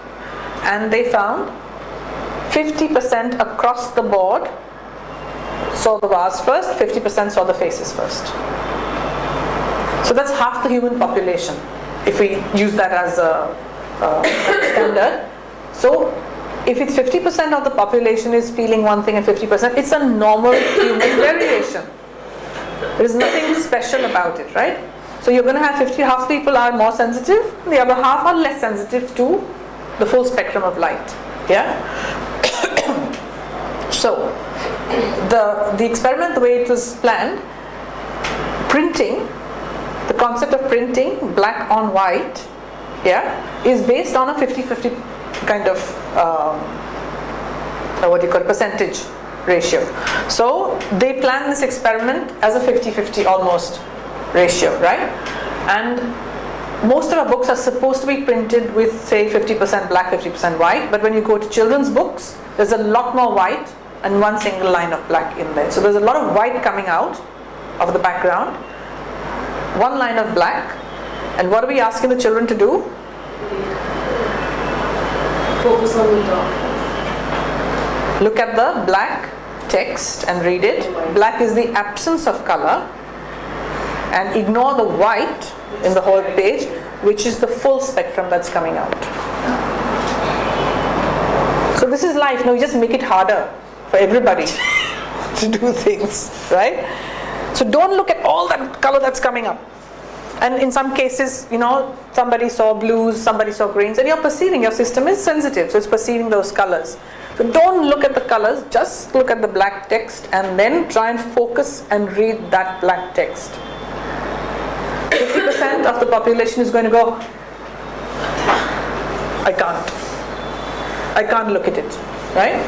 Okay, just to ask, would color writing with color pencil help the children then? We'll find out. Black and white. We'll find out. Instead of We'll find out. So let's do a little experiment again here. We're almost at the end now, just 5 more minutes, yeah? Can you read this? yes. Yeah? Can somebody read it aloud? Read it aloud. I couldn't believe that I could actually understand what I was reading. Keep going. Phenomenal power of the Faster. Read faster. According to the research at Cambridge University, it doesn't matter Don't move. Sit straight and read. Order the letters in a word. Why can't you sit still? Why is everybody moving? Everybody has to sit still in the class and read. I'm reading. Just be quiet. Okay, what I was demonstrating is, this is what happens in the classroom, right? Somebody has to read aloud and then you're not allowed to move or fidget or do anything. You just sit absolutely still, don't talk, don't help anybody, right? Kill all your And she instincts. kept doing this with her hands. Yes, yes. Don't move your hands. Don't move your hands, yes. Right? Okay. So, is this the way you would normally read any other book? If it was regular English?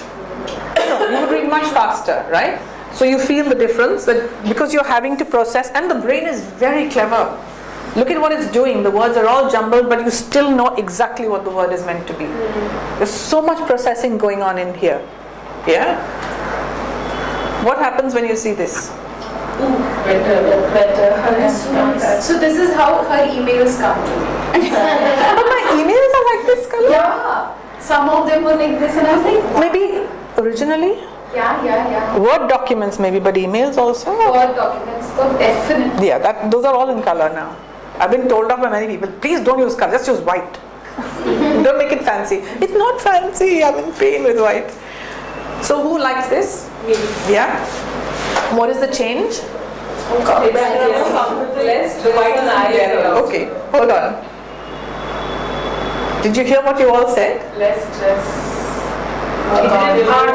Less stress, better on the eyes, whatever comfortable. I said, what is the change?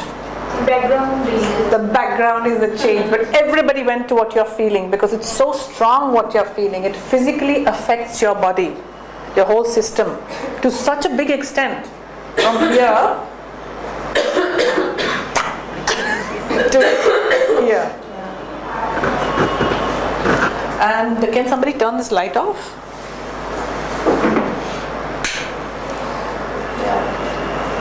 Do we actually need that light? This answers your question, right? I know, but you weren't wrong. It's just that you hadn't experienced it, right?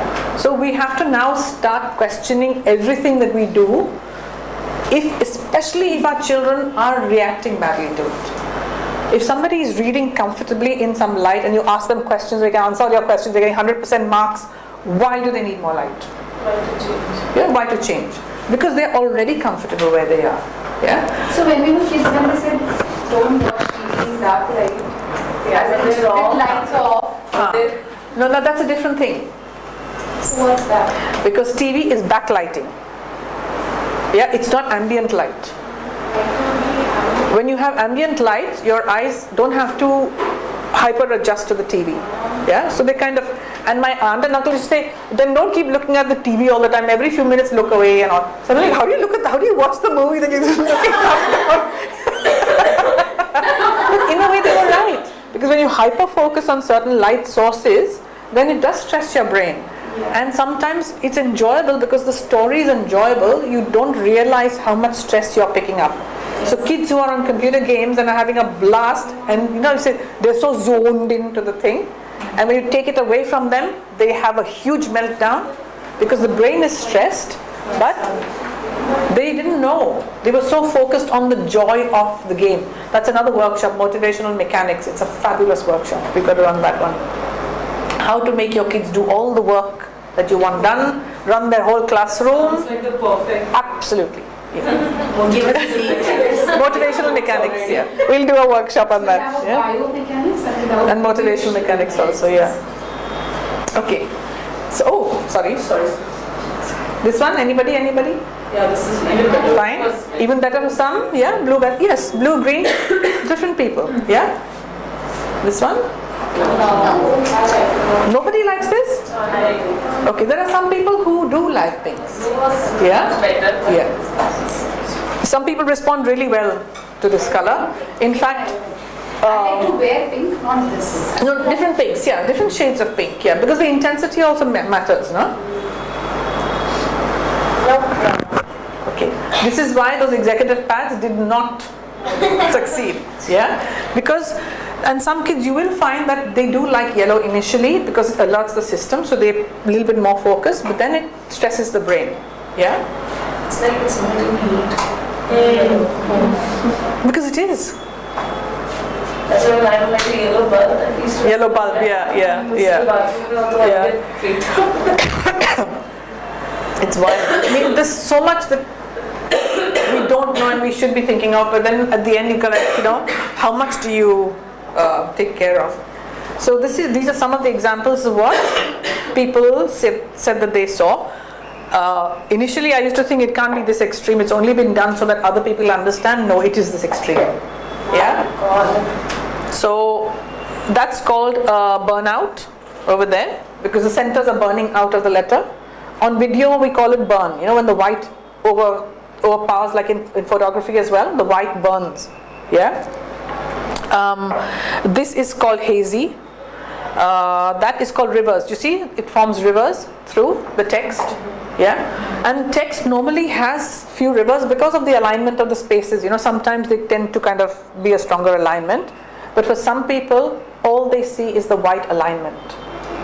Because the white is standing out too much, the black isn't, so the words just clump together in lumps, and all they see is shapes. And the kids, being creative, they'll say, oh, I can see a flower, I can see a house, I can see a smiley face, yeah? And we say, pay attention, stop playing around. That's what we do, yeah? And this one is called the seesaw. And I'm surprised at how many kids are now coming up with the seesaw. It's very interesting, yeah. So especially if you do number tracking tests with them, and you actually mark the graph of what numbers they have read, you'll see where the eye focus is going, and that means that text is also moving for them. Yeah, I had a girl say to me, I know the numbers, but they're running away. And where are they running? They're running off the page and I can't catch them. And so I'll show her to you later if she's there. And she actually was the one who had the amber glasses. She had amber colored glasses. We had to balance them off with an opposite color. And from getting marks like 20 and 30 in maths, she started getting 65, 70, 80. And only when she started performing better, her father believed that this was true. Otherwise, he said, it's all nonsense. So what's the It's all in your head. It's all in your head. Just as you explain the reverse, how do you explain this? So, if you see the seesaw, like I said, the number tracking, you are seeing a child to read in a straight line. Yeah? But trying to focus on that straight line, So she's actually the focus is actually going up and down. Yeah? So their eye is moving up and down. So they're reading from the top and the bottom, up and the bottom. So kids who will reread again, or who will miss a line, yeah, they'll miss words, especially when they're missing the small words. Yeah.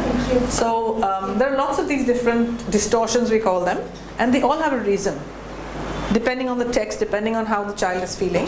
Yeah. what the child focuses on. Yeah. I had a parent say to me, is the text at the top supposed to be smaller than the text at the bottom, the whole passage?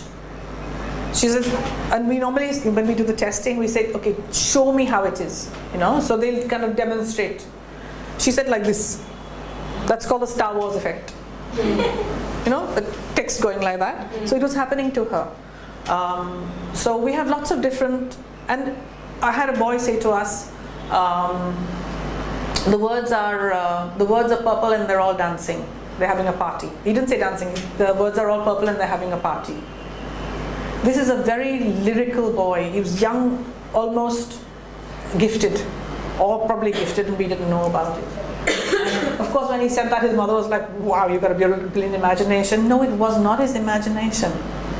He was saying what he saw. The words were having a party because they were moving around and dancing. And what color is ink? Anybody? Oh. Ink is always indigo because you cannot do black. Black is an absence of color, right? Can you imagine the level of his visual perception? He could see the color of the printing ink as indigo. He said letters are purple and they're all dancing. I can't breathe sometimes when I think of that boy. He was assessed as having kindergarten age reading at the age of 9. And this is a gifted child. Because this is how he taught. Anyway, never mind. I don't know where he is now. So what's actually happening? Yeah? So these are the scans. These kind of scans are done by many people now, but they were started off by Dr. Amen of the Amen clinics in the US. And so he's a psychiatrist, and these are clinics where you go for testing for psychoses and various other unidentified sorts of experiences, right? So he ran this, was doing some test for a client of his who had OLED glasses. So he thought, oh, this is interesting, let's check it, right?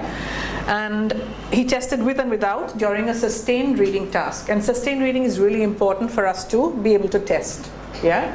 A child will perform really well in a quick check, but if you ask them to sustain it, they might not be able to. Look at the areas of the brain that are lit up in here. And so for OTs, now this is great stuff, isn't it? You can see which areas are activated, yeah? So look at the back of the brain there. Visual cortex is activated. What else is activated at the back of the brain? It's going down, right? So it's everything. Everything is activated, yes, yeah, right? So it's overactivated, and to kind of regulate this, a person has to do what? Move around. Because your kinesthetic center is also there. So it's like somebody's just winding it up on auto, and that poor child is just automatically moving around. Hyperactivity, right? This is what happens. Then, because those distortions are happening, the child knows, or the person knows, that this is not right. So the brain is a problem solver. So what does it do? Like in most cases of injury or some kind of damage, the brain starts to use other parts. It's called recruiting. Yeah. So other parts of the brain try to help out, and very often they do succeed. Yeah. So it's going around trying all these different areas. Shall I try this? Shall I try this? Shall I try this? Shall I try this? So you've got a child who becomes hyperactive.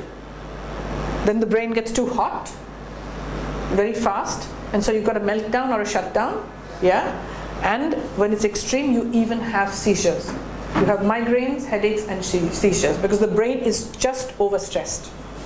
Yeah. If you've got children who are having a hard time, feel their heads. You'll see how hot. You'll feel how hot the head is. That's the point. You just stop doing everything you're doing and allow the child to rest. Go and have some water. You cannot work with a child who has a hot brain like that because it's overheated. So what happens to a car when engine when it's overheated? What comes out? Steam. If they have let off steam, we say no, they're just letting off steam. There's a reason why they say let off steam. It's too hot inside. It has to release somewhere and it will explode. Yeah? Look at the other side. Those are the areas of the brain that are meant to be used for reading. Wow. So you've got a certain amount of the visual cortex that's lit up. Yeah. Then you've got the areas on the sides, some of the parietal areas, which are used for auditory, phonological connections as well. Then you've got meaning making. So a few of the, but this is somebody who is calm and is reading comfortably. And most of our children who are finding, it difficult to do certain things, mostly academic, because it is mostly academic, isn't it? Mm-hmm. If there was no academics, they wouldn't be in therapy. Right? Yeah. So this is what they're going through. So this is what your therapist is helping you to calm down. Yeah?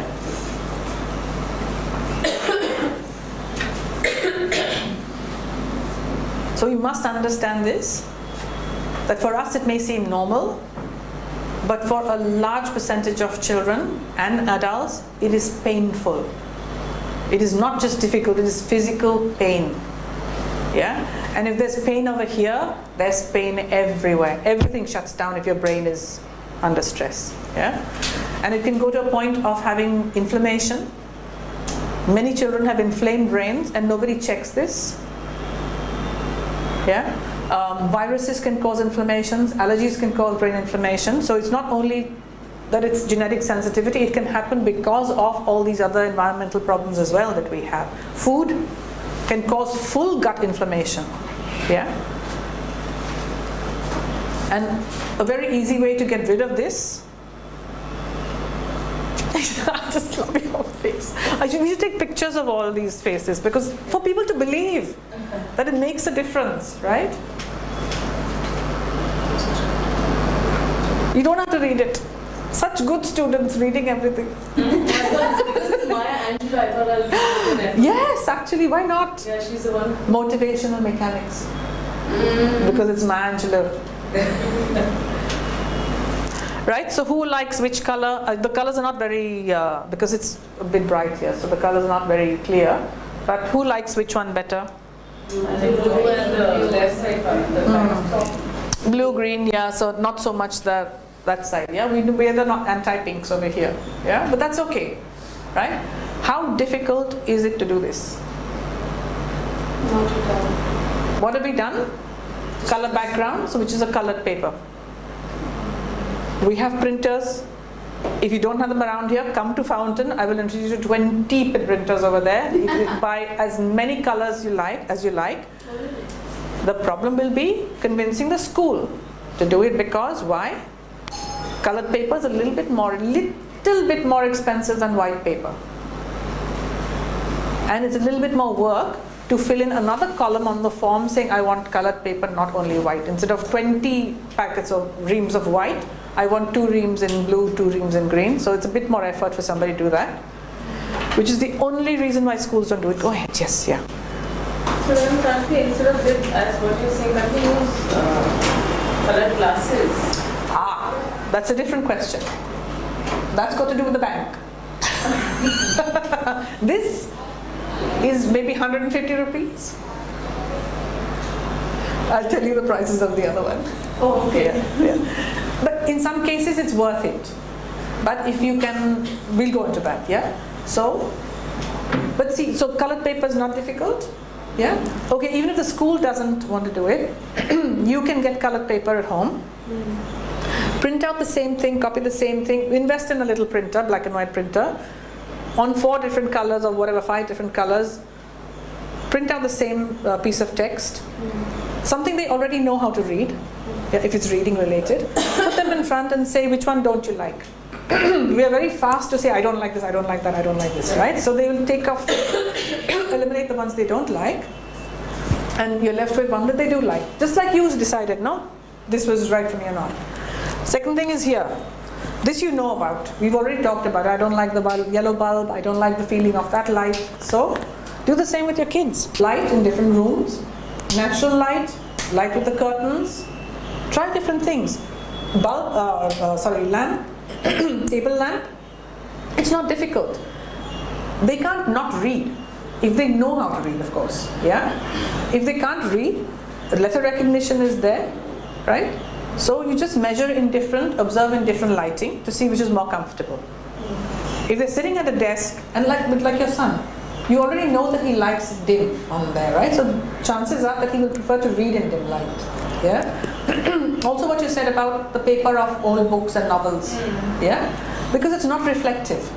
It's a grainy paper. It's like newsprint, right? It doesn't reflect off so much light, so it's much more comfortable. The off-white with the black ink. Yeah. These are easy things to experiment with. It's not hard to do, and it's not expensive. And if your child starts doing better, they will start doing better in school also, because they've done the work at home. Because once they know something. Yes, exactly. So now, you don't have to find out from anybody else. Your child is already equipped to deal with it. They will come and ask for it. They also don't accept it. No, so leave the school out for now. The most important person to convince is yourself first. If you believe it and you believe your child, you are always there to support your child. If the school is so hard, tough and say, no, everybody has to do this, you don't have to take that school. Right? There are so many options. There is homeschooling, there's unschooling. The options are unlimited now. It is really a choice for people. Yeah?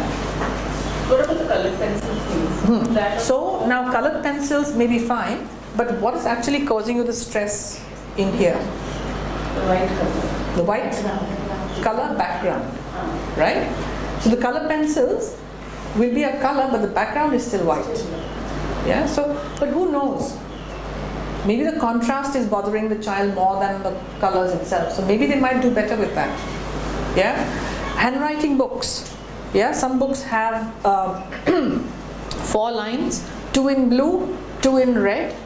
Those are the worst kind of things for some children. It doesn't make sense. And there's a new thing now, a solid line, a dotted line and a solid line. Yes, And those seem to be the most optimum ones for children who are learning how to write. Correct, yeah. So it's confusing. So in my son's school, they have the 4-line book and this American style. Yes, pen book. yeah. And it is very difficult for him. For he's already just starting to get a grip of the pencil and write, and then he writes big in some and small in some because there's no consistency. So for him, Teachers are writing on a whiteboard. so there's no lines. Exactly, exactly. So let's confuse the child even more. Yeah. So you do what is good for him. Let him write without any lines on the page. Just make sure you are focused on what you are measuring.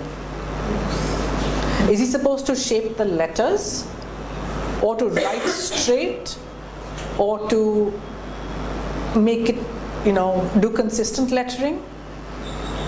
If you can read what he's writing, there is no problem. It doesn't matter if the letters are this fat and this small and this fat. It doesn't matter, because the point of writing is that somebody has to read it. Yeah? Make sure your priorities are right. Yeah? Handwriting can be a different exercise altogether. And even that you can break down into different activities. But handwriting for spelling is a different thing. We confuse everything into writing. Write the answer in neat handwriting. Why? For who? Because the teacher is as OCD as me, so the neat handwriting is bothering, it's like untidy handwriting is bothering me. So not only do I want the answer, I also want you to write it neatly. How does it make a difference? Are you measuring the child's knowledge, or are you testing the handwriting? Yeah? Let's be clear, one thing at a time. Are you reading for meaning, or are you reading for word decoding? Make that very clear. When we grow up, we don't decode words. We read for meaning, we skim, we scan, unless we're reading aloud. So there are different reasons for reading. One, we skim and scan. One, we just spot focus for information. And one, we read aloud for other people. Right? The other people are the ones that cause the problem. The child is perfectly fine. Yeah? So just break it down. Break down your priorities. Don't confuse everything into one. So the poor child is multitasking and going completely crazy. And if a child is learning how to write and they've written A 5 times neatly, is there any reason why they should be writing it 25 times? Just a question. Think about it. I've thought about it. There was no point in writing it 25 times. He's writing it, with a child he's got a 4-finger grip, and he does and then beautifully. And you have to write, it makes perfect sense to me, it is legible, everything, but you've got to write it so many times. So question that. Because then by the second line, they're already starting to go, why am I doing this? The third line, I've seen this in 2 of my friends' kids. So the A starts getting wobbly and then something else happens, and by the end of it, the pen is held like this and scratching across the page, because they're saying to you, why are you making me do this?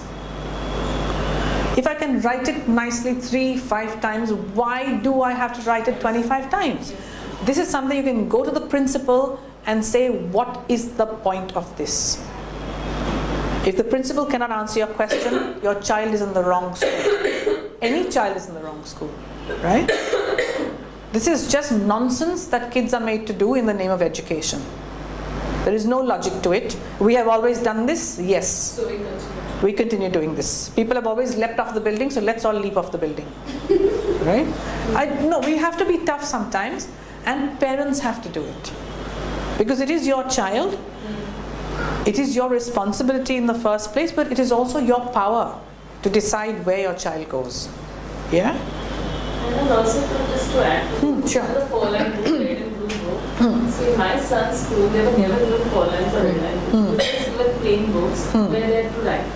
And they figured out somehow, initially some went out, some went Yes, down. but then they worked it out. Eventually, Yes, yeah. They just moved on, and they got ruled books only, I think, class 7 onwards. So after class 6, they didn't have. Because there was no need to have lines. Yes. Right? So in the first picture, he's reading in a fluorescent white light. Yeah? And look at where his body is. Yeah? He's kind of going close to the page, and you would think he's going close because he can't see. Right? Look at his hands. A lot of children sit like this, or they sit like this, or they push against the desk for support because their body is stressed, and then they limit the oxygen going into the lungs, and they get even more stressed because there's less oxygen going to the brain. And so they're completely tired and exhausted, and end of story. It's a meltdown, right? Next one. So we turned off the lights, and there was just sunlight coming from the windows behind. You would think, dimmer light, that he might go even closer to the page because he can't see, but see how he's sitting. He's actually further away. Yeah? And in the last one, we tested, and he liked the blue paper, so we just photocopied his school worksheet on the blue paper. Look at that position, look at that face now. He's even opened up because he doesn't need to be in that hunched, stressed position. And this habit of holding that, thing. Lots of kids do this when they're writing, and you're like, nobody's going to copy your work, don't, hide everything. They're not doing it for that. They're doing it because they're casting a shadow on their work, so the reflection is lessened off the page. The white is lessened because of the shadow. Yeah? Some kids going over their work like this, reading, sitting like this and reading, they're casting their shadow to cut out the light. Yeah? So if you see a child doing that, just tell them, put the book under the table and read. If they don't have a distance vision problem, put the book under the table, you'll be comfortable. There's no light coming off, not that much light coming off, and see if you can read. The teachers, it'll take some time to convince them, but at home you can do it. If it works, if he's reading better or she's reading better, hey, problem solved, right? So, okay, you can see this one. On some screens it doesn't show. So this is a little girl who was in year 3 in school, standard 3 in school, and she was asked to copy this one line. And this was the way she copied it. It took her how many minutes? I think it was a 3-minute task, I think. Yeah? So, and I think these are common handwriting assessment forms, right? Tests that you OTs have. Do you all have this one? Yeah? Okay, so this is what who was it by? It's an Australian one. So then she was tested for colors and chose green. This was done, a 3-minute copying task, just a couple of minutes after she did the white. In the same session. There has been no remediation, no handwriting practice, nothing. In the same session, after writing on the white page, she was given a little break, and then she was given this after checking the color, green. Look at the difference in the writing. Because of the color, only because of the color. Yeah? So this is Stephen, who's the OT, who's a diagnostician in Hong Kong. And we know as practice, we always want to double check things to make sure that this is happening for a certain reason. So he gave her the white back again, the third time. I didn't have that slide. The white, writing on the white the second time was like this. You would think it would go back to being untidy. No, it wasn't. Because Her visual stress comes from visual sensitivity. So kids like this have amazing memories. So she had literally full body memorized. She wasn't even looking at what she was writing. She had memorized the text and she was just doing the graphics at this point. Yeah, you will find a lot of kids who have visual stress who will read with difficulty the first time and they'll learn up the line, and then after that they'll read very fluently. If you pay close attention, they might make some mistakes in the reading. It's almost verbatim, but there might be some mistakes. If you change it slightly, they'll make mistakes because they memorize the whole thing. Yeah. So that was the colored paper and the lighting that you can work on. The next thing is overlays. Yeah, because you can't always keep color, color copy. So we have overlays like these, and there are 10 colors and the combinations that you test and use, which can be used. And these are accepted by the Cambridge board and many other boards around the world, education boards around the world, right? So Cambridge board is IGCSE. Cambridge. CIE. Accepted doesn't mean you're not allowed to use this device? No, it's in the accommodations. That you're allowed to enlarge the print, you're allowed to use colored paper, and you're allowed the kids to use overlays, because it's not changing the content, it's just changing the presentation. Yeah? There's a little girl in Singapore at the Singapore clinic. Watch her body language also.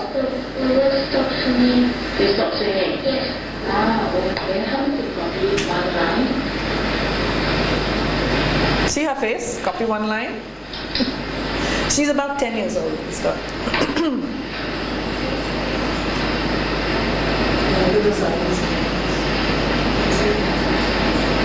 See the finger grip, see how she's writing as well? The pencil grip, I mean. And from a body position, you know that they've been teaching her to sit and write properly. She's obviously been through support. Yeah? But can you see the size of the handwriting?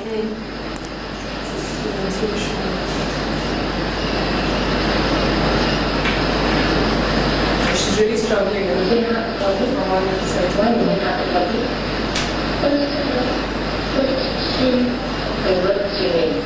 She said the words are swinging.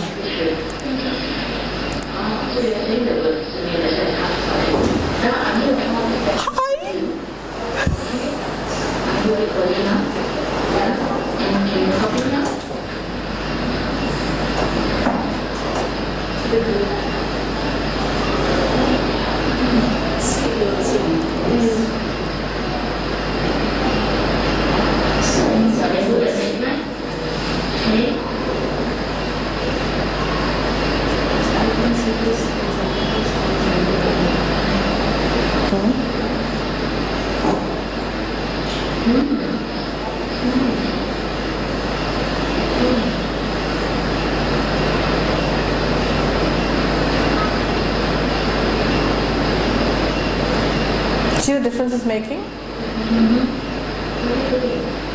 Just by changing the color, because she has color lenses on now. Yeah? Okay. So, that was the last thing I want to show. If you want more information, you can, or anybody else asks, you can go onto the Irlen website. Yeah? Remember that this is a commercial website. It's not necessarily just an educational website. So you will find commercial products and things on here as well.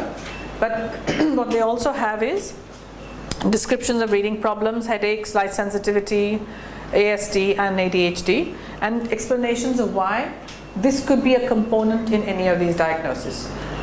It doesn't mean it's the only thing. It could be both. But there could be a child who has genuine ADHD and sensitivity, yes, because ADHD is when the system is working very fast. So they're going to also be taking in information very fast. So it could be visual overload as well. So it can be both. But very often, the visual component is just completely left out. And people who only have visual issue are misdiagnosed as having the other thing. Yeah? Again, I talked about dyslexia and the definitions. Autism, again, there is no clear pathway of what is autism. It is all behavior based. Yeah? DSM keeps changing. The other one, what's the other one? The IC, what is the other one? The ICT. Don't agree with the DSM. So there's lots of stuff going on. Now they've brought in sensory sensitivity, sensory integration into the ASD. They've chopped out Asperger's. So, yeah. When I was doing my master's in autism, there was something like 157 subtypes of autism. In research, nobody else knows about it. They only kind of, all these academics know about stuff like that, right? If you tell the public there are 157 types of autism, they're like, what is going on here? Yeah. So again, autism was only used as a term for a certain behavior seen by, what's his name? Who's the guy who discovered autism? Skinner, not Skinner. Skinner, what's his name? I also forget. I'm thinking of Eric Bana, who's an actor. Never mind, it'll come back. Right? So, look at all these things, but you don't have to, the Irlen website also is dealing not only with kids with learning difficulties, they are dealing with people who are misdiagnosed as being schizophrenic, as being bipolar. So there's a lot of information on that can sound scary, right? But your biggest evidence is your child. Yeah? If you do something like changing the colored paper and they start to respond better, you know something is helping, right? And you take it from there. You don't have to kind of go for, you know, the best assessment in the world with, you know, MRI scans and all that stuff. So we know that this is something that is a factor in children's learning, and there are ways to start looking at it, and there are ways to start remediating. Yeah? I'll come to the glasses now. Right? So here are my kids in glasses. Oh, no, wrong one. So this over here is Catherine, the one with the book in her hand. She's at Princeton University now. Her mother loves sending me messages saying, do you know she's at Princeton now? Who would have ever thought? Who would have thought she would be at Princeton? Right? They do all sorts of strange things. So Kayan is my friend's daughter, adopted daughter. Was diagnosed with everything under the sun until they had a neurology test done, and she had petit mal seizures. She has epilepsy. So the petit mal seizures were just erasing things regularly, so she didn't know from one day to the next. She would lose information. She's not paying attention, she's forgetful, short-term memory problems. Finally, it was epilepsy. Yeah? Very difficult to deal with that. Sebastian is this gorgeous 6-foot-something boy now, who's at film school. He's still a pain. Okay, he still gives his mother grief, but he's happy. He's doing, you know, what he wants to do. He refused to write anything at one point. He had become so kind of stubborn with it because there was obviously so much stress involved. So we started writing in little books, small ones like that. Pizza-shaped books, write a story about a pizza, dog-shaped book, what if dogs could read newspapers, you know, silly things that we get off the internet. And then his mother came and said, I don't know what you've done to my child. He made her buy notebooks and he said, I'm going to become a writer. And then he used to fill books and books full of, you know, little stories that he'd made up. Because nobody was judging his writing when he was writing at home. It was just for himself. And that just broke that, you know, the block that was there. This is Emily with the amber glasses. Yeah, the numbers are running off the page for her. So that's her. Yeah, I forget his name. Jeffrey. He's still mad.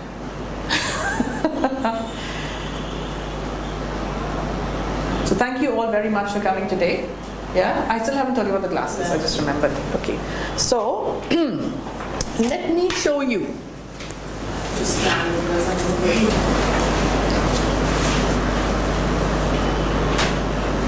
Yeah.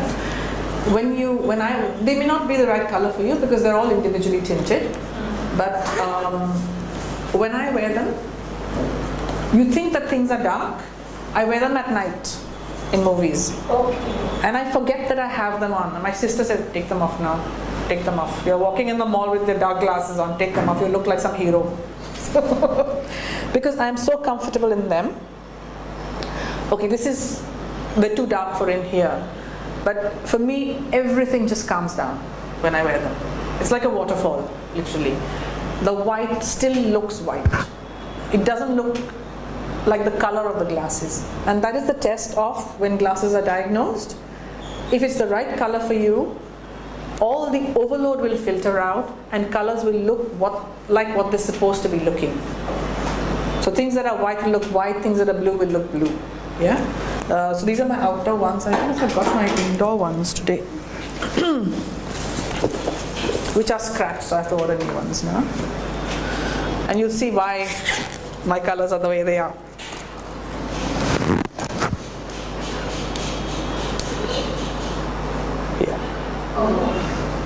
These are my indoor glasses. Yeah? And again, when I look at white, it's still white. I'm just not getting the glare, because now when I'm looking at this picture, while I see the children in there, I'm starting to, it feels like they are sinking into the picture for me, which means the white is attracting a lot of attention. Yeah, so it becomes like one of these embossed or relief work things, right? When I do this, it balances out completely. But how expensive are these? So this is the thing. Now, when I was in Hong Kong, and I could order these glasses for my students there, Australia to Hong Kong cost 18 Australian dollars.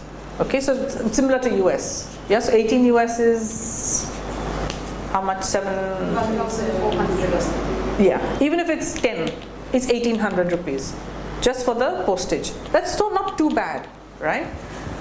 To come here, it goes into like a couple of hundred Australian dollars to come here. To India. To India. There are only 2 labs in the world who are authorized to do this, because it is not a process that anybody can do. I went and bought glasses, tinted glasses from Lenscraft, yeah, because they look like more colors are coming out now.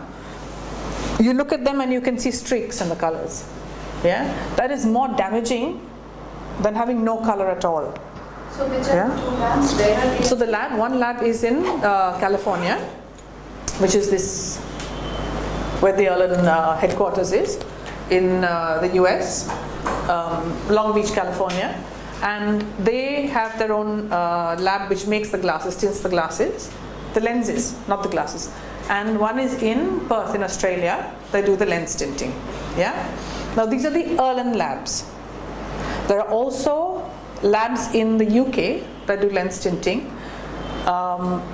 This is something that's called the intuitive colorimeter.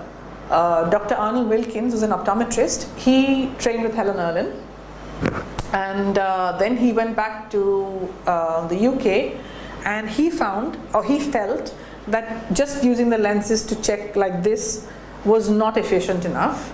So he designed a machine. Being an optometrist, so there's a lot of engineering involved. So he decided that that machine was more stable and more objective, apparently. And so the machine would pass the colors, and they have a different test, figure ground test, to check the visual stress, because he couldn't use the Irlen test because they're copyright. Yeah, so he registered the colorimeter as an optometric check for Irlen. But it is still Irlen syndrome. It's still called Mears-Irlen syndrome by everybody. So why can't we make them in India? We have so many optometrists. Who is going to check the quality? If we have some, Because, like I said, if the wrong color can cause seizures. It can be damaging, I right? have parents who are optometrists. I can talk to them.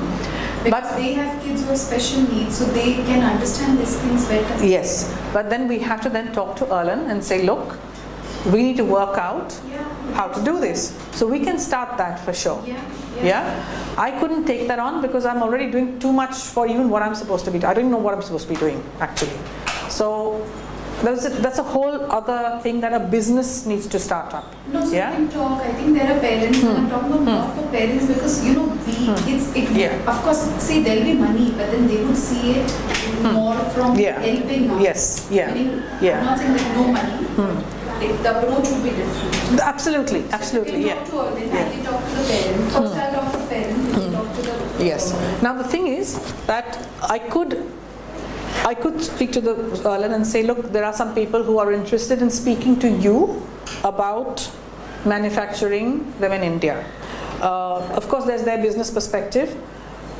I don't want to get involved in it. I don't know, I don't care whether they're right or wrong or whatever. The lenses are expensive for Asian countries, for Arabic countries. So, how much would it cost to buy? Roughly, it depends on different levels, but roughly it's in the range of about 20,000. 30,000. 20, 30,000, yeah. Oh. Yeah. Yeah. But then if you go and buy Oakley's, which a friend of mine who's a pilot who loved my glasses, and I said, you come to me and I'll get you tested. He didn't come to me, and he drove his wife mad trying to find the same quality because he wanted Oakley's.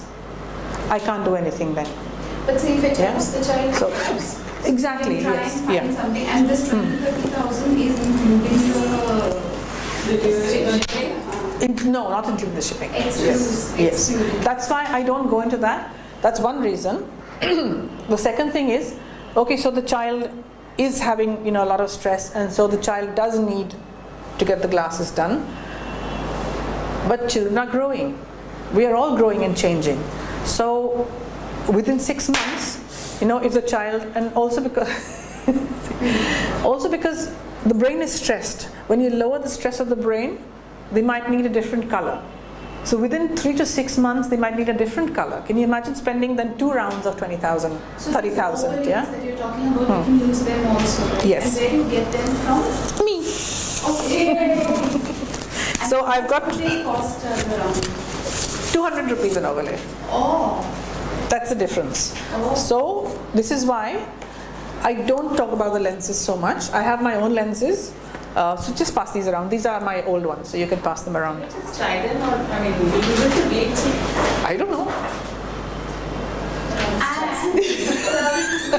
You'll be doing this to the children, or you'll be asking them to read this way. But you will not be doing that because you're not testing. Yeah, of course. But what I'm just trying to say, this is what practically it is done. So my another question is, Yeah. you get those folders, I'm just asking because this is what comes to me.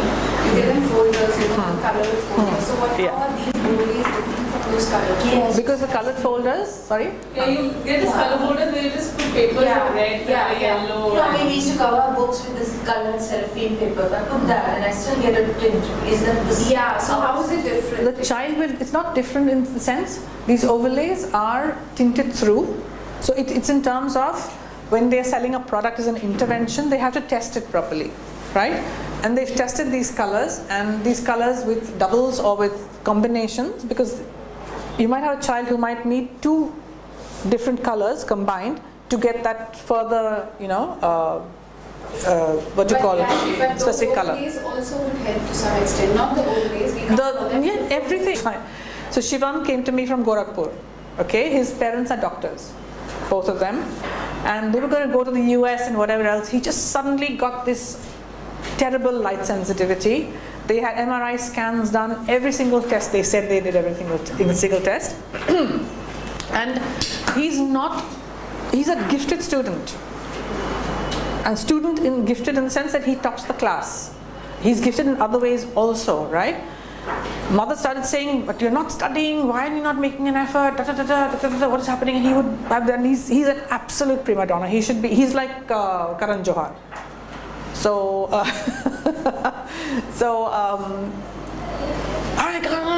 can't do all this. And then they would fight and scream and all that stuff was going on. A psychologist who had heard of the overlays, because I'd done a Delhi training, so somebody she knew, said, there are these overlay things that I've heard of for light sensitivity. Do you want to check that out? So they went online, they checked it out. They were going to go to the UK. The father went and ordered them. Father has terrible eyesight and light sensitivity. Yeah, he wears glasses this thick. He ordered colored filters. He said, but they're not working. I said, bring them with you. Bring everything with you and come and see me. The colored filters they bought were those 4 dark colors of square plastic they use for stage lights. Right? So this is when people just go and buy stuff. They don't know what they're buying. And they think that they're finding the overlays to help children, but they're not. But they don't know any better, right? So when he came to see me, he would, not on here, yeah, it's okay. He would, we would check something. He was fine when he was with me. Go home, it all started again. Yeah, we did the overlays with him. So in his case, because I couldn't see him for a few months because he had exams and they were at Gorakhpur and the doctors needed to shut down their clinic because 2 of them run their own clinic.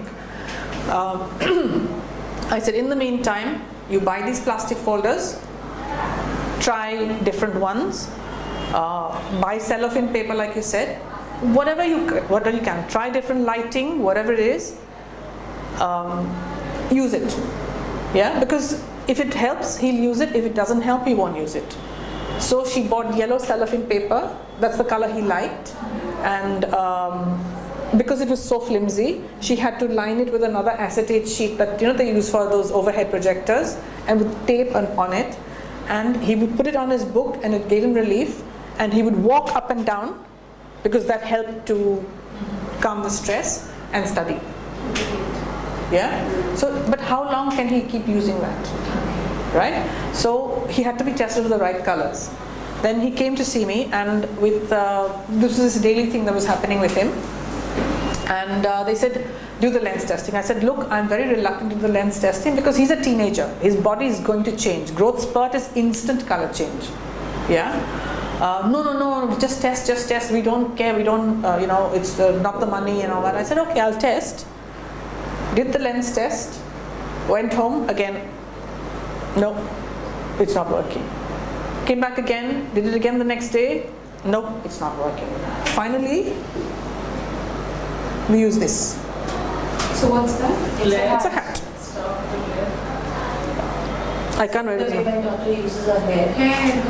Look at Irlen. See how it rises so The body does what it needs. so intuitive. You know, brain gym we do what? We do this. What are these buttons? Bring the Brain buttons, yeah. We're talking to somebody and we're doing this. Yeah. Stimulating the brain. yes. ESR points, positive points, yeah, positive points. We do this sometimes. The meridian. Grounding. No, it's the thing buttons, earth buttons. And this is also the central meridian. Yeah, it's the top of the central meridian, yeah. The body does this. What happened? Pressure points here for stress release. The body does what it needs. We then intervene and destroy everything.